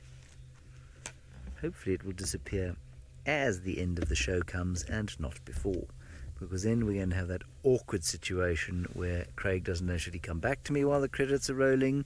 Should he just leave it on the bush, which doesn't look great? We're almost into that position now. Oh, there we go. That's going to be a perfect screen for the credits. The credits are now rolling, everybody, as you can see. Oh, you're going to come back to me. Oh, no, you're not. You're going to go to the moon. Very good. Okay, thank you for joining us. That's what I have to say to you, and I am truly grateful, because a live safari would be meaningless without all of your questions and comments. So thank you for joining us. We will see you again tomorrow morning at 06:30. Until then, bye-bye.